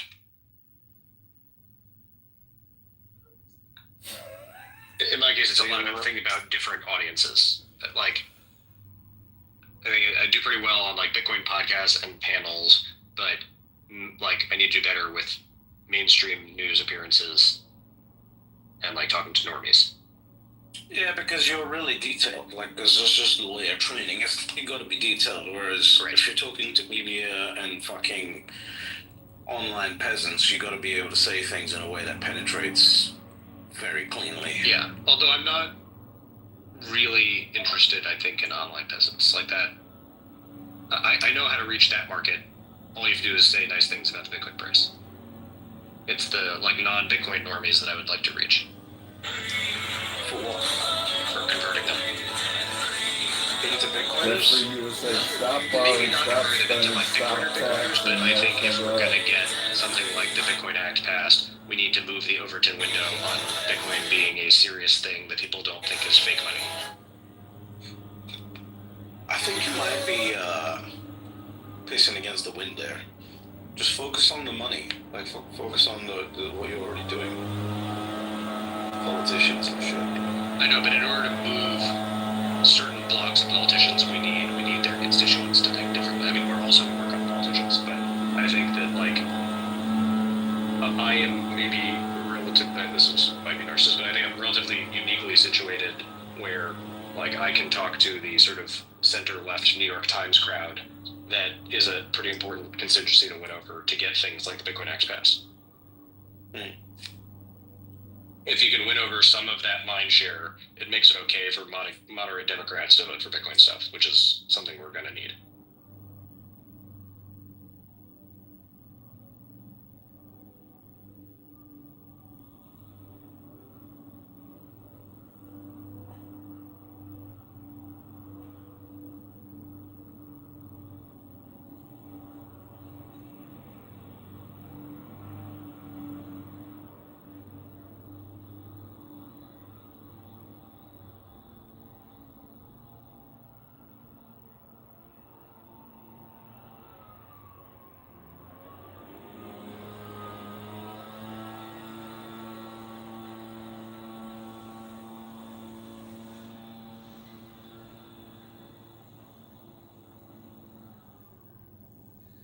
Do you think Saylor just had that innately, or do you think he went through executive media training? Saylor does not have that innately. Saylor is a fucking MIT rocket scientist. So you think he got the storytelling part of his thing through training? Yeah, I've had dinner with Saylor like almost one on four, and he definitely turns something else on when he's in front of the camera. The guy is one of the smartest people I've met, and fastest thinking, let's say.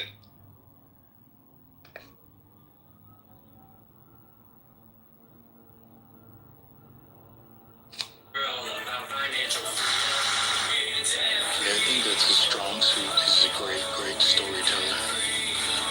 And then he'll mix some facts in between. A lot of people will just try to go facts, and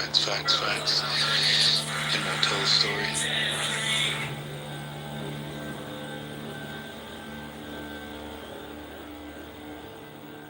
Work on your storytelling, Zach. It's definitely part of it.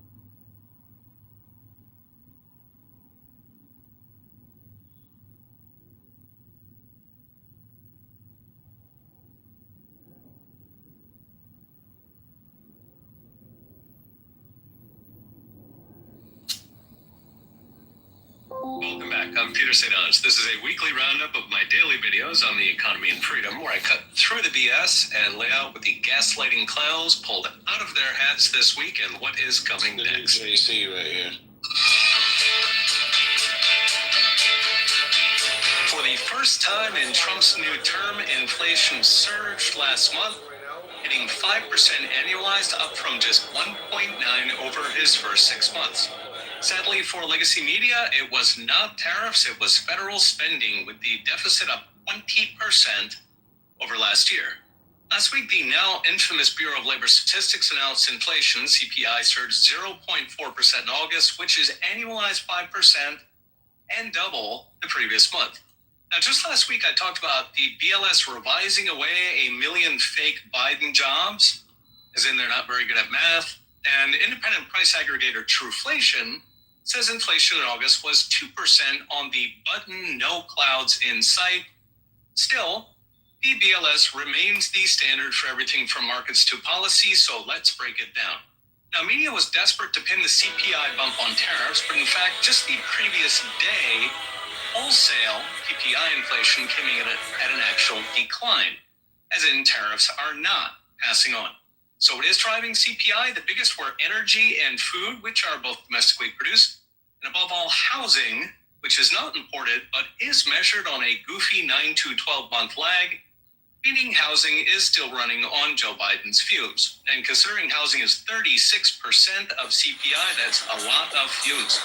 In fact, since Trump took office, the BLS says housing inflation shelter is up 2%, when actual housing prices, according to the Fed itself, fell 3%. In fact, take out the BLS's goofy housing costs and the entire jump last month disappears.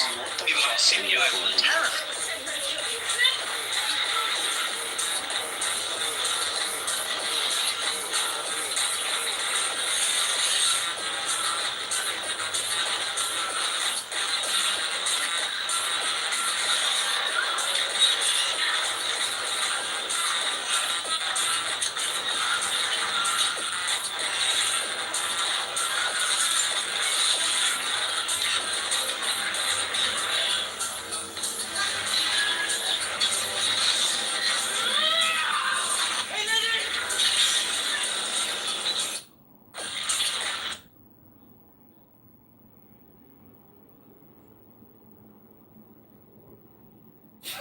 It's that guy John Kitover who sits here and fucking records us. That motherfucker.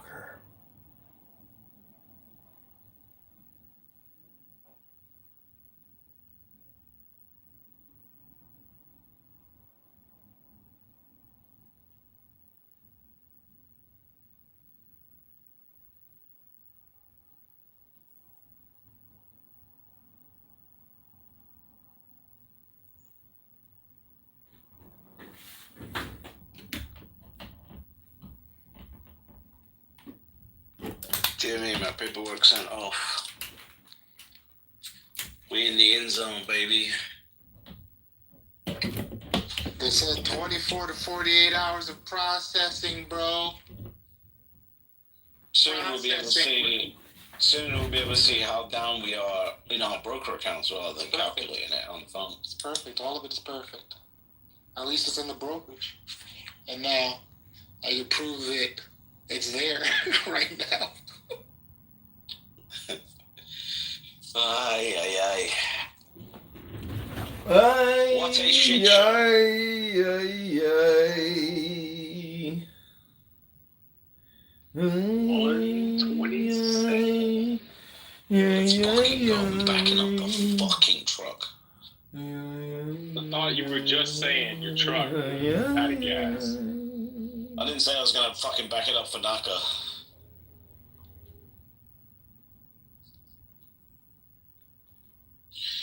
I try and move the truck in Naka's direction and it just fucking stalls out. Good morning, Heather. Please let Well, me we might find a know new truck. when Me and you Jimmy have debating shipped. dumping all the other treasury companies and going all in on Naka.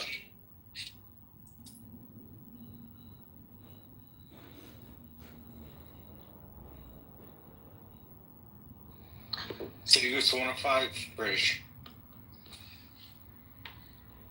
Yeah, I fucking hate the Jews. You know that? Whoever said that? That's not true.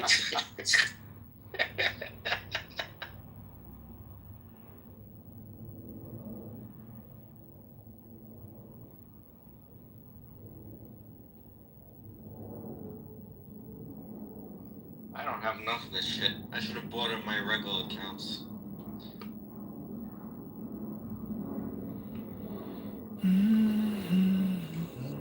Not what, Naka? Was he in the Jew pipe? You got it for 50 cents a share. He's in the Jew pipe. He's into the banking stocks, which is where we should be, because they're outperforming Bitcoin right now. How was banks? That should have been a fucking Citigroup. They're murking Bitcoin. Oh, look at us. We should have been a fiat talk. But we are fiat. We are. We're buying Naka.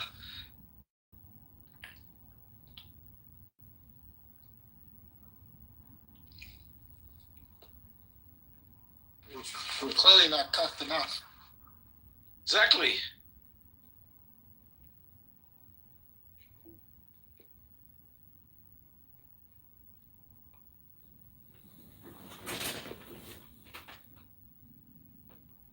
Stop it. You guys are making me want to buy more.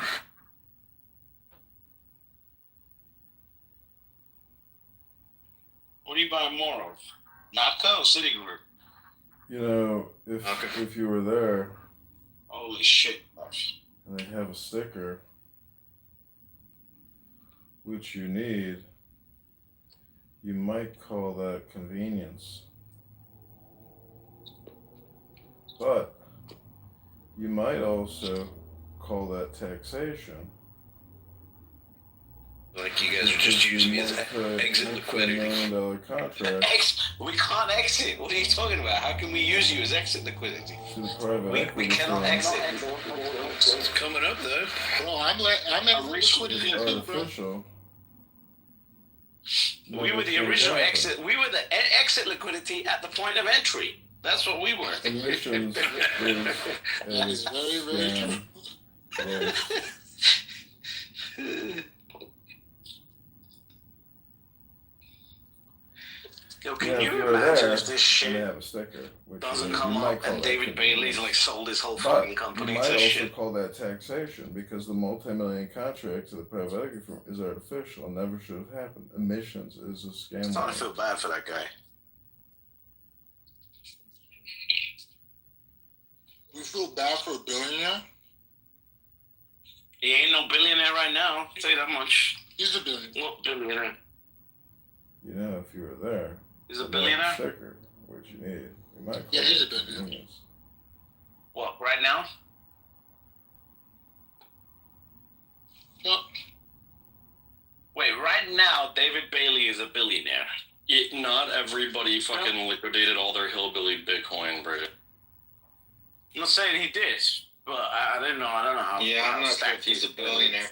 That would have meant that when Naka was at like $25, that he had like $30 billion or something. That doesn't make any. Delivery confirmation. Talking about net worth or liquid? Yeah, I'm talking about net worth. No, that's the same shit. No, it's not the same. Billionaire though?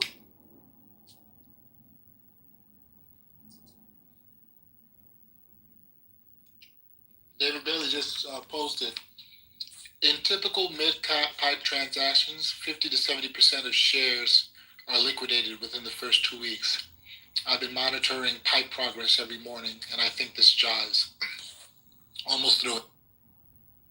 Pipe progress? The fuck does that mean? We don't have any shares to liquidate. Oh, Yeah, I know. we don't. Other people do. Who? The bigger investors, they got it before us. No fucking way. I thought we were all in the same pipe. They got different pipes? We're in white the pipe is real? We're in the SPV, which is like, you know, the gay pipe. We're in the gay pipe. British, you only have to have 8,700 Bitcoin to be worth $1 billion. Huh. Only 8,700. Yeah, I only have like 7,500.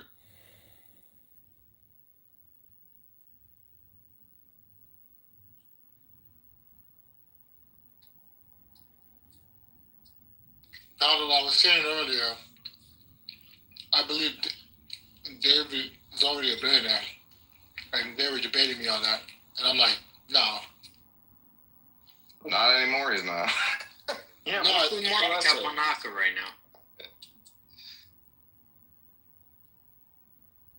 Naka is worth. Hey, Brandon, I'm 400. Yeah, so how much of it does he own? too large to do that. Is it possible? Good question. I'm gonna have to look up his ownership share. Sorry for the trouble. I believe barely. I don't think he's a billionaire. With all of his Bitcoin holdings and all the money he's already made seeding all of these other treasuries, he's already there. I bet you that David has. Let me think. He predates me. And he's a retard who's very aggressive. He has a couple thousand Bitcoin, bro. I bet you like 3,000 Bitcoin seems right. Yeah, that seems right. So that's like 300 mil, give or take. Are you And talking then- about Robert? No, David. And then, what's his ownership in, like, how much does he have at UTXO? UTXO performed very well. So maybe he's got 100 mil over there. And then maybe he's got like 200 mil. So like 600. That seems about right. So when Naka was at its peak, he was probably a billionaire. But right now, he's at like 600. That seems right. He's at 600 now. At Naka's peak, he would have been worth like 30 The billion. Loser Show. He might have been on paper. Bitcoin retards. Never Like, reads I the think book. more than half It's of his been net worth comes $600 from his billion. personal Bitcoin How does it change my life for me? You're not keeping up with this ultra high net worth. So let's say he has 200 million in Naka right now. At, Oh my god. At $30 a Naka, that would have been like 6 billion or something. Bro, how am I down 80% on Naka? What the hell's going on? What the hell is this? I see it at 127. When did you buy? Bro, I bought the last dip like 3 weeks ago. Oh, yeah, you got to buy the recent dips. Huh?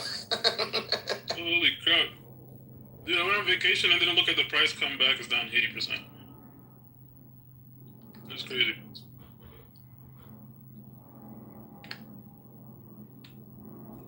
It's almost at the pike price, right? It went to it. Holy crap. The lower pipe, if I remember correctly. The second offering? Or the 110 or whatever? Well, The $5 pipe niggas are in shambles. They are. They really are. Yo, when someone tells me that they're going back to a 5 a.m. club because there's too much to get done, I don't like that. Wait, what do you mean? David Bailey said, I'm going back on 5 a.m. club. Too much to get done. Steamroller cometh. Yeah, you should already be on that. Yeah, I don't like that shit. Why are you not? Stocks just dropped from 15 to fucking, $1.20. Like, why the fuck you already not waking up at 4 a.m. in the morning? You should be sleeping on the factory floor like Elon Musk.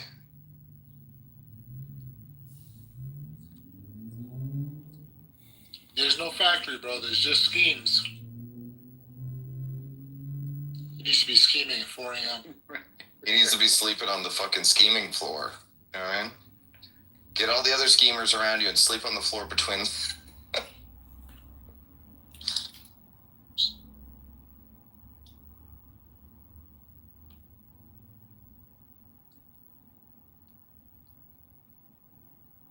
Got to partner up with Mario from Twitter Spaces and get the scam. Yo, get the KOS on this, man. What the hell's going on? We're not gonna start pumping again. You know what we're all gonna learn? We're all gonna learn what I have to keep relearning. which is what the fuck was it? Fuck the hell. Hey, would it be possible? You know, Dave likes to open up rooms where anybody can get on because he's a fucking communist. We're gonna learn. What are we gonna have to what relearn? I am relearning, which is step number 1, you buy Bitcoin. Yeah. Step number 2, you shut the fuck up. There, Jimmy. Not anybody can anymore. It's easy to switch.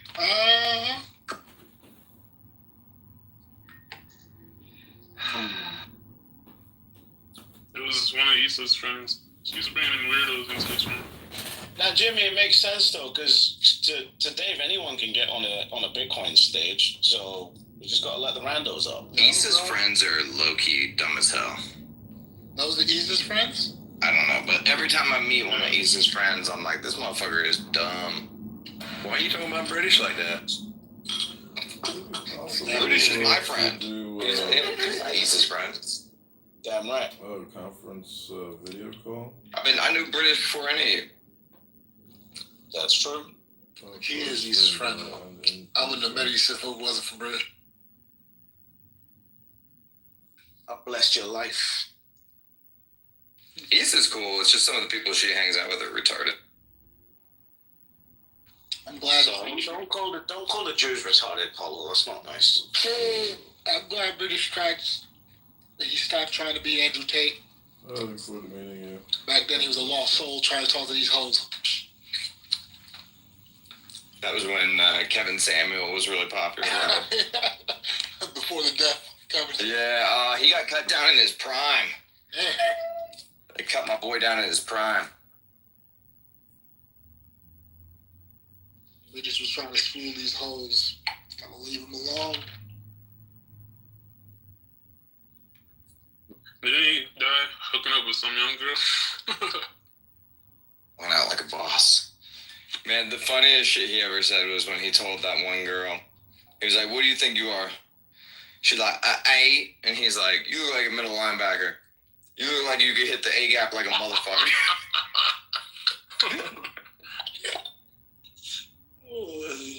Hit the A gap was the most ridiculous shit I've ever heard. It's fun. It's so funny. In my life. So funny. Because I know the A gap. I know that's between the center and the guard. What was crazy about Kevin Samuel was the women that called up knew what he was going to do. Like, because he did the same thing for every single woman. But they were all like in their head, like, I'm special. He won't do that to me. It's like, and then he don't just make me do this. Please right. make me do this. And then he just did it to every woman. Just boom, boom, boom, knocking them all down. This is the most intriguing sword in history. You like you hit the A gap like a motherfucker. It's the like a motherfucker for me. Like he's like, the reason it's so funny is because he's thinking like from a coach's perspective about her potential.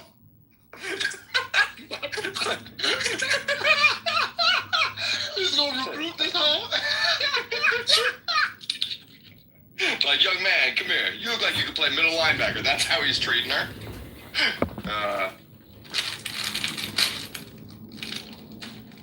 That shit is hilarious. My man was cut down in his prime. I mean, but it is, you know, it is like you giving all this advice, nigga. Take care of your own heart, man. Like, take care of yourself, bro. Yeah, I mean, how you guys piping some chick, bro? Piping some youngin, bro. It was the Jews. It was the Jews they got him. None of the Jews, bro. Sort of, he himself was a bum. You know what I mean? At the end of the day. Went outside, man. Went outside. How did he actually die? What was the actual... Nigga, he just had a heart attack. He died from sex. Too much Viagra? He's probably taking pills because he's a fucking bum. He's trying to... Take a Cialis. Like, that's like like, you're a loser. You know what I mean? It was all nonsense. Well, listen, when you're a 50-something-year-old man and you're obsessed with pussy, that's loser shit right there. You know? Facts. It's loserish to be obsessed with pussy when you're 35. So it's really loserish when you're 50-something.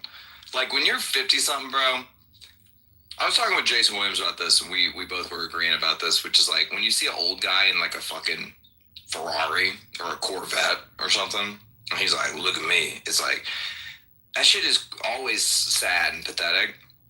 When you're at that age, you're like 60, you should be like surveilling your land. You know what I mean? You should be like, just like, have 1,000 acres and just surveil that shit. That's what you should be doing at age 60. But at age like if you want to be obsessed with pussy at 25, sure, go ahead. No, nothing wrong with that. But like at 55, nah, you're a loser.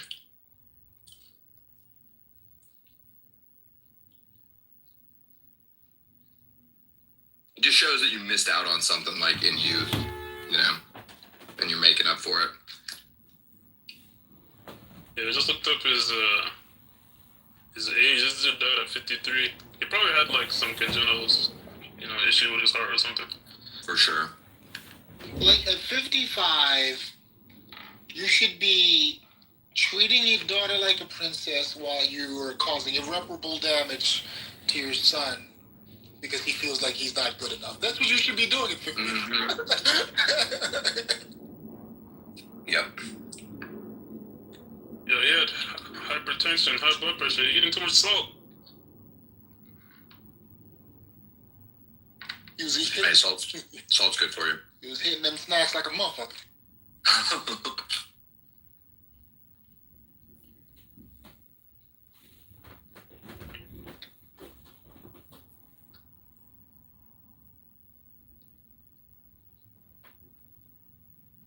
You ever see one time he had Nicki Minaj on there? And even he had her, Nicki Minaj. She was like on Kevin Samuel's show. And he even had her fucked up. He was like, rate yourself, can't say a 7. She was like, I don't even know a 6. It's like, you're Nicki Minaj. You can say a 9. It's okay. No one's gonna be mad at you. How do you suck up to Nicki Minaj, bro? Yo, I would hit. You wouldn't hit? Absolutely not.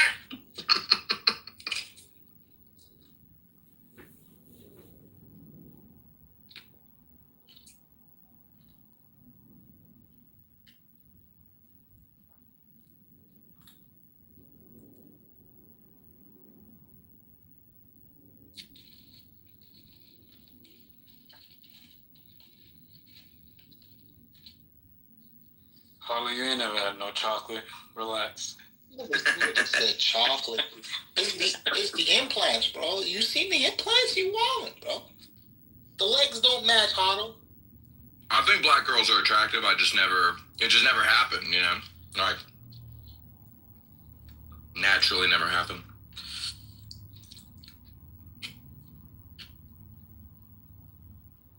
Except for at the strip club. That is kind of my preference at the strip club. For whatever reason. It just seems to work out. That's fucked up. That was fucked up, Paulo. What's fucked up about that? That's all black girls are good for. The fucking pole. What? No. God damn. Damn, so you just walk up to a black stripper, what do you whisper? Would you like to take care of you? No, they always find me. They always find me. They're always really aggressive, and I'm always like, all right, sure. You know how the strippers get. They're aggressive as hell. I don't know how the strippers get. I have no idea how the strippers get. Well, I'll take you out there. You'll find out. No, I don't want to find out how the strippers get. The strippers all see you as a mark, you know? So they'll like walk you over to the ATM and be like, come on, oh, don't you want a private dance, all that shit. You rub your lower back as you... And you're like, only if you're black. No, not only. I'm just saying it has happened to work out that way on several occasions. Well, shout out to Hotto for supporting little DeQuavius, man. Giving his mom some money now. Man. Yo, listen, this is kind of wild. Because before Antonio was supporting him, Hotto was supporting him. That's fucking wild. Hotto was first, and then Antonio took his place.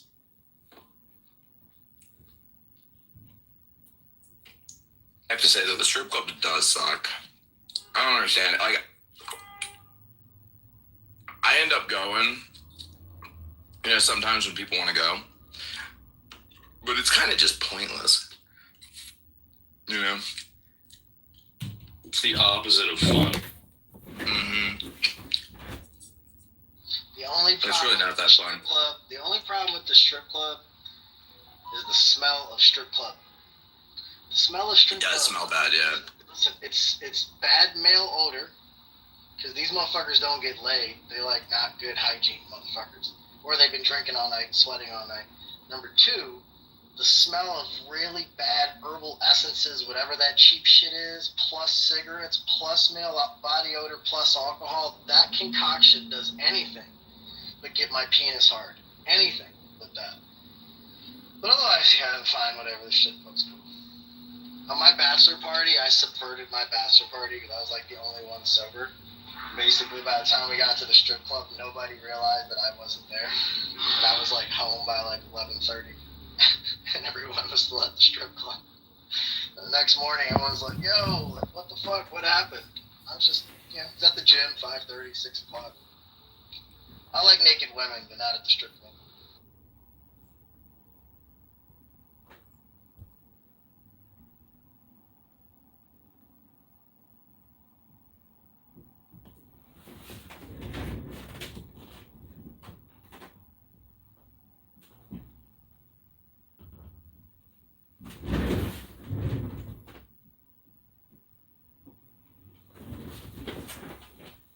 They gonna go to a strip club, but back then they had those free limos and they kept coming to me and my buddies, and we ended up going to Sapphire. I'm sure you guys have heard of it.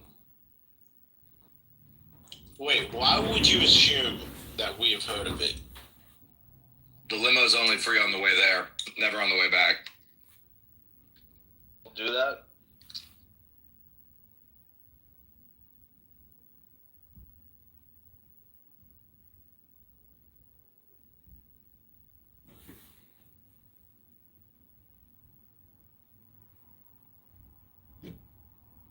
Every time I'm in a limo, it feels like forced fun.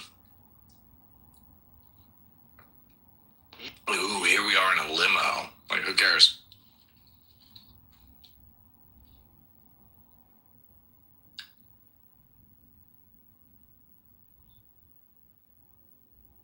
Just when you're young, like, oh wow, first time in a limo.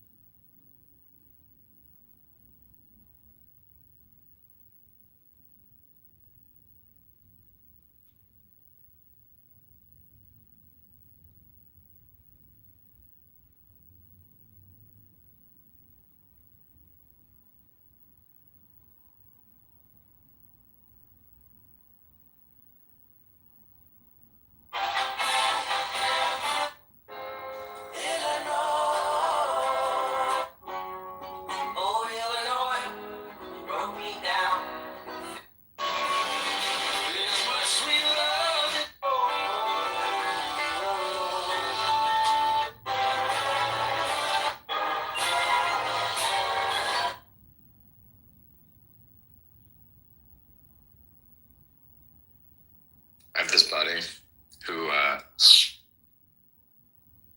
was talking to the other night, and he's like, you know, he broke up with his girlfriend, and he's like living in LA, and he just, you know, he doesn't really like living in LA, and this and that, and whatever. And he's from here, and he was like, he like wants to come back here or whatever. And I was like, do it, you know? And he was like, yeah, I should. Like, if, like my mom said, like, if I do, she'll give me like $200K to buy a house. I was like, she'll give me $200K to buy a fucking house, like, as a down payment? He was like, yeah. I was like, and why are you not doing this? Like, why have you not jumped all over this shit? And he's like, oh, no, and, you know, this and that. And it's like, bro, you're paying rent in Los Angeles. LA vibes, bro. Right, like, you're paying rent in Los Angeles. It's expensive as fuck. It's like, you know, $3,000 a month for rent, right? And you don't even, like, have a nice place to live. It's like a, you know, whatever kind of apartment. And, like, you broke up with your girlfriend. You got nothing going on. You don't really even like the people there. You don't really like living there. You know, your mom is willing to give you basically $250,000 for free to just fucking come over here and buy a house and shit. And he works remote. He could just pick up his shit and move anytime he feels like it. And the minute he does so, he doesn't have to pay California state tax anymore. So you get like, he makes like $120K a year. It's like you get to keep an extra like $9,000 of your money, or like $8,000 of your money. Like, bro, what is this is a no-brainer. And he's just like, yeah, I don't know, you know, like, I don't know, man. I'm thinking about it. But like, bro, why is this like a thing in today's day and age where like so many people are so racked with indecision all the time? Like, this is just such an obvious no-brainer, slam dunk. Like, of course you do this, you know? There's no relationship. There's not really many friends. You got money waiting for you in the other city. Your job is remote. And you know people in the other city. And there's no income tax in the other city. Like, what is to be racked with it? Like, I find this, like, it's not just him. The reason I'm complaining about it is because I find this with so many males in our generation. And I wasn't even, like, I wasn't even getting mad at him or anything, but I was, like, trying to, like, compel him to action, which is like, hey, dude, get the fuck up off your ass and just start making some things happen. You know? Just do some shit. It doesn't even have to be the right shit. Just do some shit. Just make some moves. But like, I don't know, it's like a millennial aged male thing where they're just like, oh no, you know, could go either way. And then they just sit there doing nothing. Why is that? It's like so common. Is he in tech? Nah, he's in like hospitality. Does he smoke a lot of weed? He used to. I don't think he smokes a lot of weed right now.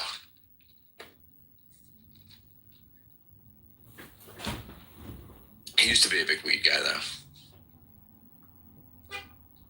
The California Kush, bro, you just can't get this stuff in Vegas. It's legal here too, we get the same shit. But, I mean, dude, if you were in his position... Well, like, $200,000 is the part where it seems like a pretty easy decision to It's a no-brainer. Absent that one, like, I don't, yeah, whatever. Like, it depends on how you do it. Like, maybe you grow better even if you can be remote. Like, are there people in Vegas or whatever in LA that are doing the thing? Yeah. Like, you're better off being there. Like, you can understand, but like, you can get a free house if you can. Like, that seems worth it. Dude, houses in Las Vegas, like, for like a $1 decent million home. house in Vegas is going to be very nice. Like, it's not. Dude, a decent home in a decent neighborhood is like $600K, you know? Right. So, like, $200K is 30% of the home value. Like, and when you move here, you're paid less than you currently pay in rent. It's a fucking no-brainer. And he works in hospitality. He's in the fucking hotel industry. Yeah. This is Las Vegas. Vegas is well, actually, I guess whatever. There are rumors that Vegas is in a downturn, sort of, with the hospitality stuff right now. Yeah, but it's the hospitality industry is popping here. It's cyclical. It'll come. Yeah. Like, bro. What even is a remote hospitality job? Is that he's just like on the phone? Yeah, he's in like management, you know. So he's like managing some like boutique hotel chain and does like whatever mid-level corporate management shit. He just does it all from his computer. Yeah. But dude, you want to talk about like career advancement? And dude, and I tell all this shit to him, and I don't even care if he moves back. Like it doesn't matter to me. You know, like if he moves, if he doesn't, like I'm busy with my family and stuff. Like I probably won't see him much anyway. But just for his fucking sake.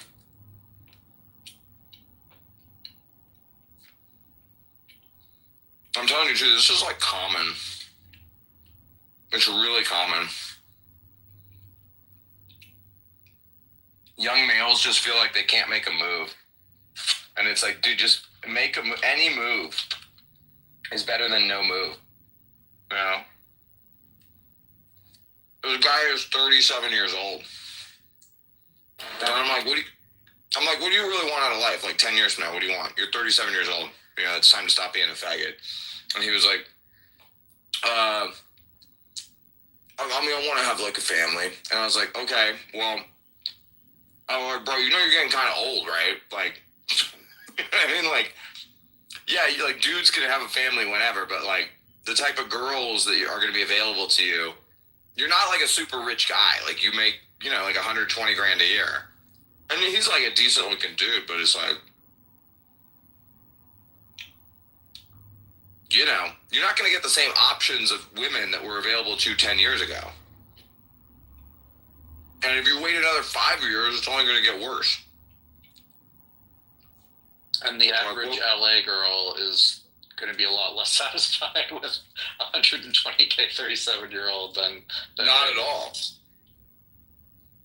I also think the reason him and the girlfriend broke up is because of his inability to do shit. Like, because of this inaction.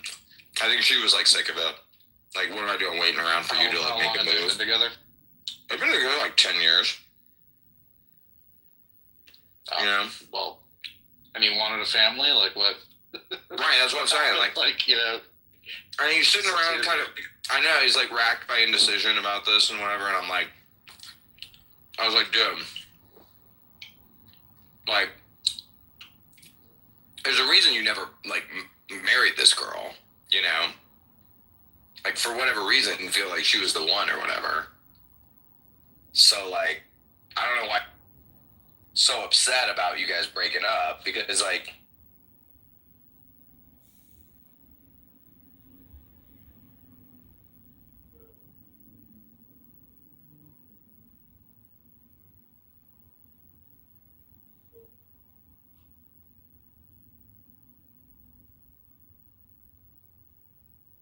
is like this.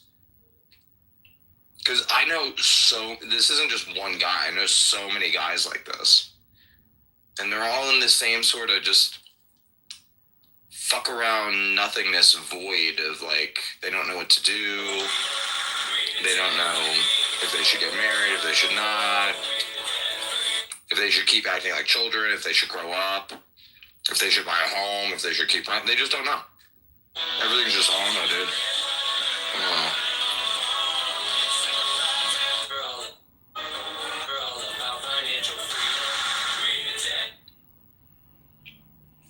There's so many people like this. I think it's like an avoidance of feeling like a failure. It's like if I didn't try, then I can't have failed, right? Like, so I'm just, I'm doing fine, you know, everything's fine. That's probably right, huh? Because they're not risking anything. Like, your 10-year like relationship breaks up and it's like, well, it wasn't technically a marriage. So you didn't technically get divorced. So you're not technically a failure. But feeling all of the emotions as if you were, you know? Like, I think that's what's going on with that.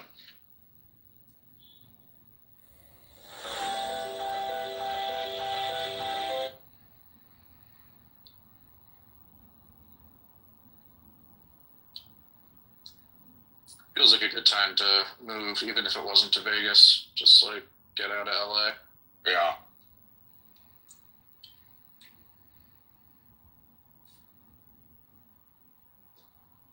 He's always like, why don't you come visit me in LA? I'm like, bro, every time I'm in LA, I just want to get the fuck out.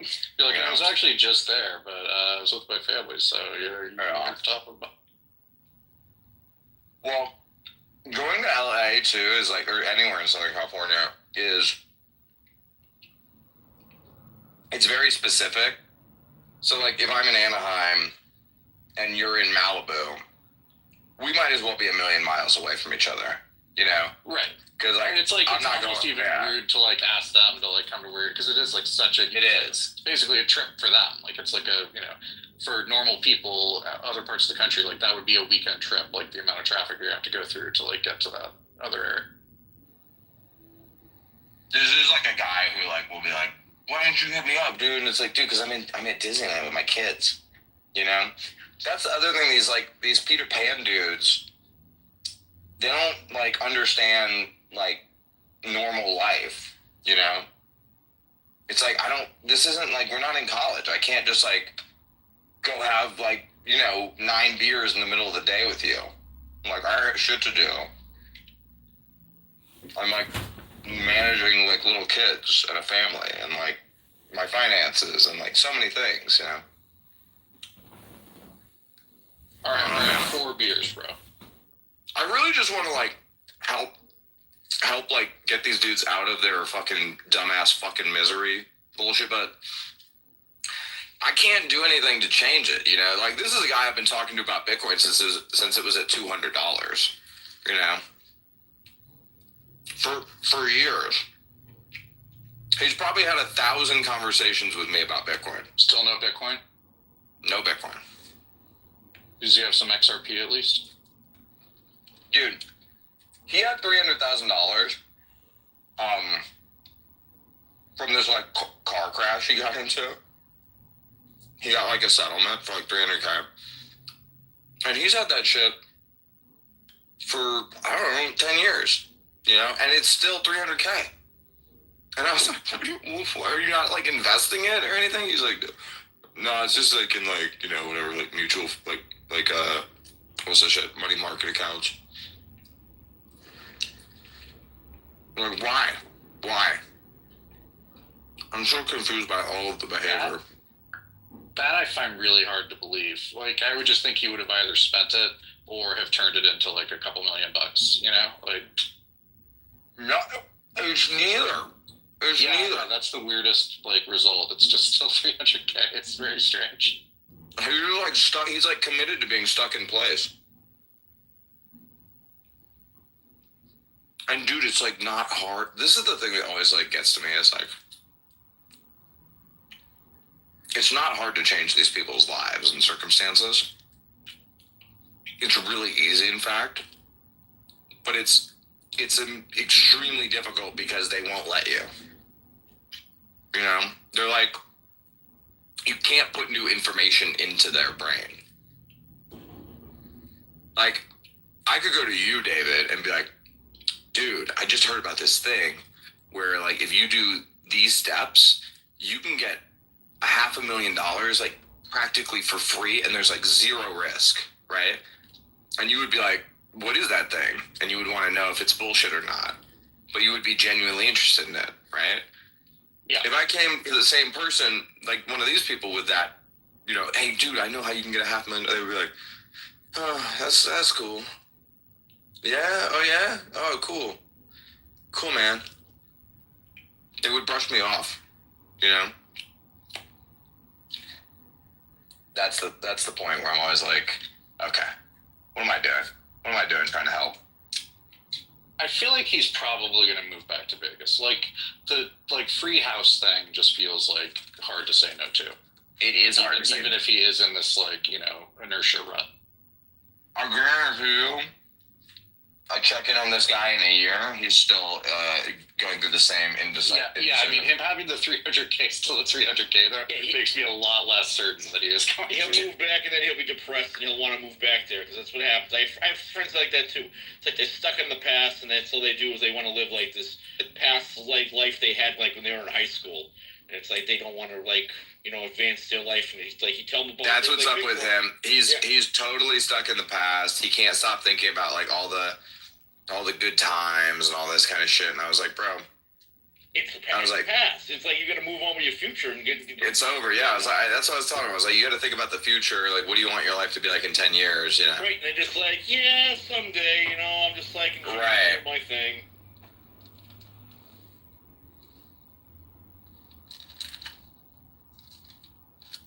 Yeah, he is like a guy that will like want to talk to me about like people we knew from like whatever 20 years ago, and I'm just like, dude, I don't know who that is.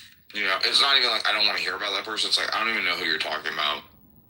And he's like, oh yeah, we used to like hang out with them at the fucking movie theater and shit. Like go to the skate park with them. I was like, who?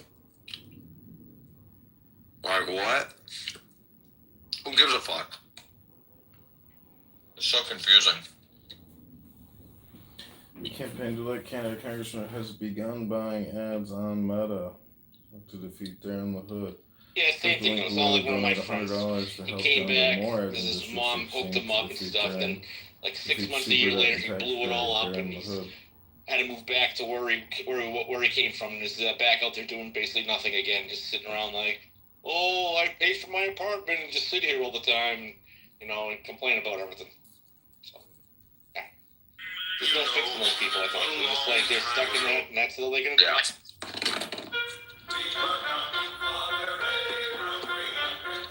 There is, though. It's just like there's not a way for someone else to do it. It's just literally you just have to start fucking caring. And like it's really not that hard to advance yourself if you just fucking show up each day. Like you don't even have to show up every day. It's like show up like 4 or 5 days a week. Like that's it. Like, they care and stuff. They just don't have the initiative to do what they need to do to advance themselves to the next level and to come like to the future and like get an actual career or something like that. It's like they just sit there and they want to live whatever life fantasy thing they live in.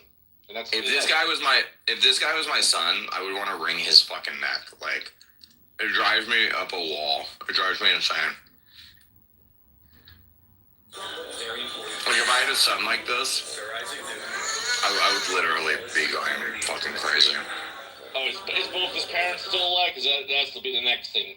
Their father, like my friend, his father died, and he just sits there and mourns his father now. Oh, I miss my dad. I wish I could talk to him again. That's what's going on with my friend. Yeah, his dad died, and he's just sitting there mourning. And I was like, bro, it's been like 3 years since your dad died, dude. Oh, like, yeah. It's like it was just yesterday or something all the time. I mean, miss your dad. Like he's your dad. Miss him forever. But like, bro, you gotta get on with your life. It's not honoring your father to like.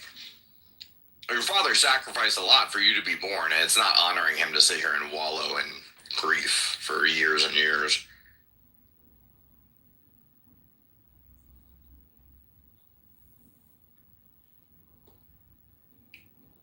I just know so many people like this.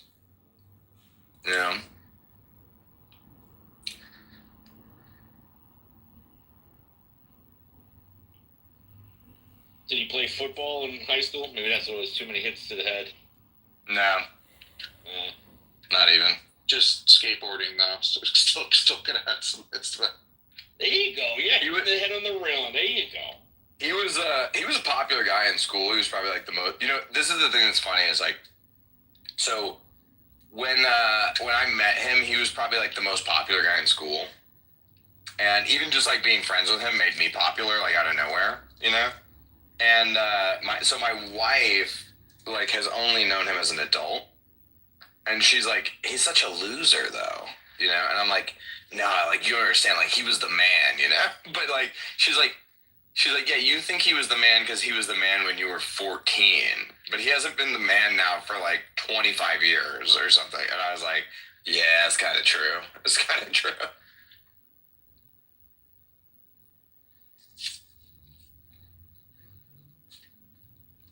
You know what? Just get him the little Chinese handheld device with Tony Hawk Pro Skater 2, and he's all set.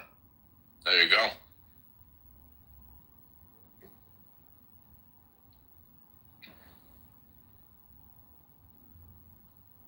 That'll keep him occupied for at least a week. Got to beat the whole game. Unlock it. Man.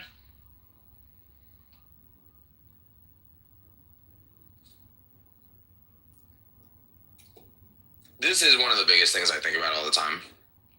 And I'm not sure why it bothers me. Probably because it's like I fight the feelings in myself and it's like projection or whatever. But it just bothers me so much when people won't just like get off their ass and do something about their situation. Like, just do anything. Just do it. It doesn't even have to be a good thing or a productive thing or a smart thing. Like, even doing bad things is better than doing nothing. You know?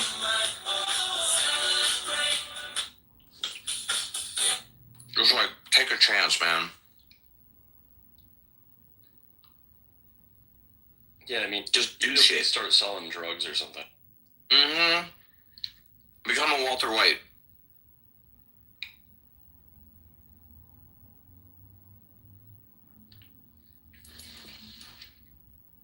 Say my name. New adventure. Kelly. You know that from Breaking Bad, right? Yeah, I got it. That was funny.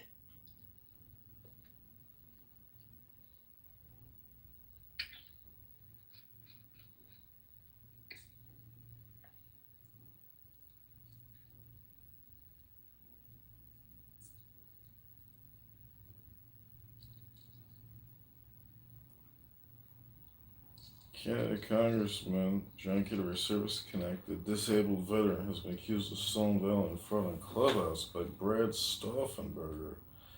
PM claims that Texas Children's Hospital audio and video recordings have been made. The campaign legal team is preparing for self-slander defamation. You know what's funny? My friends where I think this could have happened with, they just all had kids young, and then they kind of figured their shit out. Like, obviously it doesn't always work out, but like those things that can fix this. Even the people I know that are losers that had kids are less losers than they otherwise would have been. You know? Both of these guys are just like mediocre lawyers, but like they're doing perfectly well for themselves, you know? Like they just, you know, went to a shitty law school and, you know, do whatever sort of ambulance chasing, petty crime, defense, whatever kind of stuff. But, you know, the kids are doing well. It's, you know, it's worked out. Yeah. I think with when you go to an Ivy, I think your baseline is a lot higher.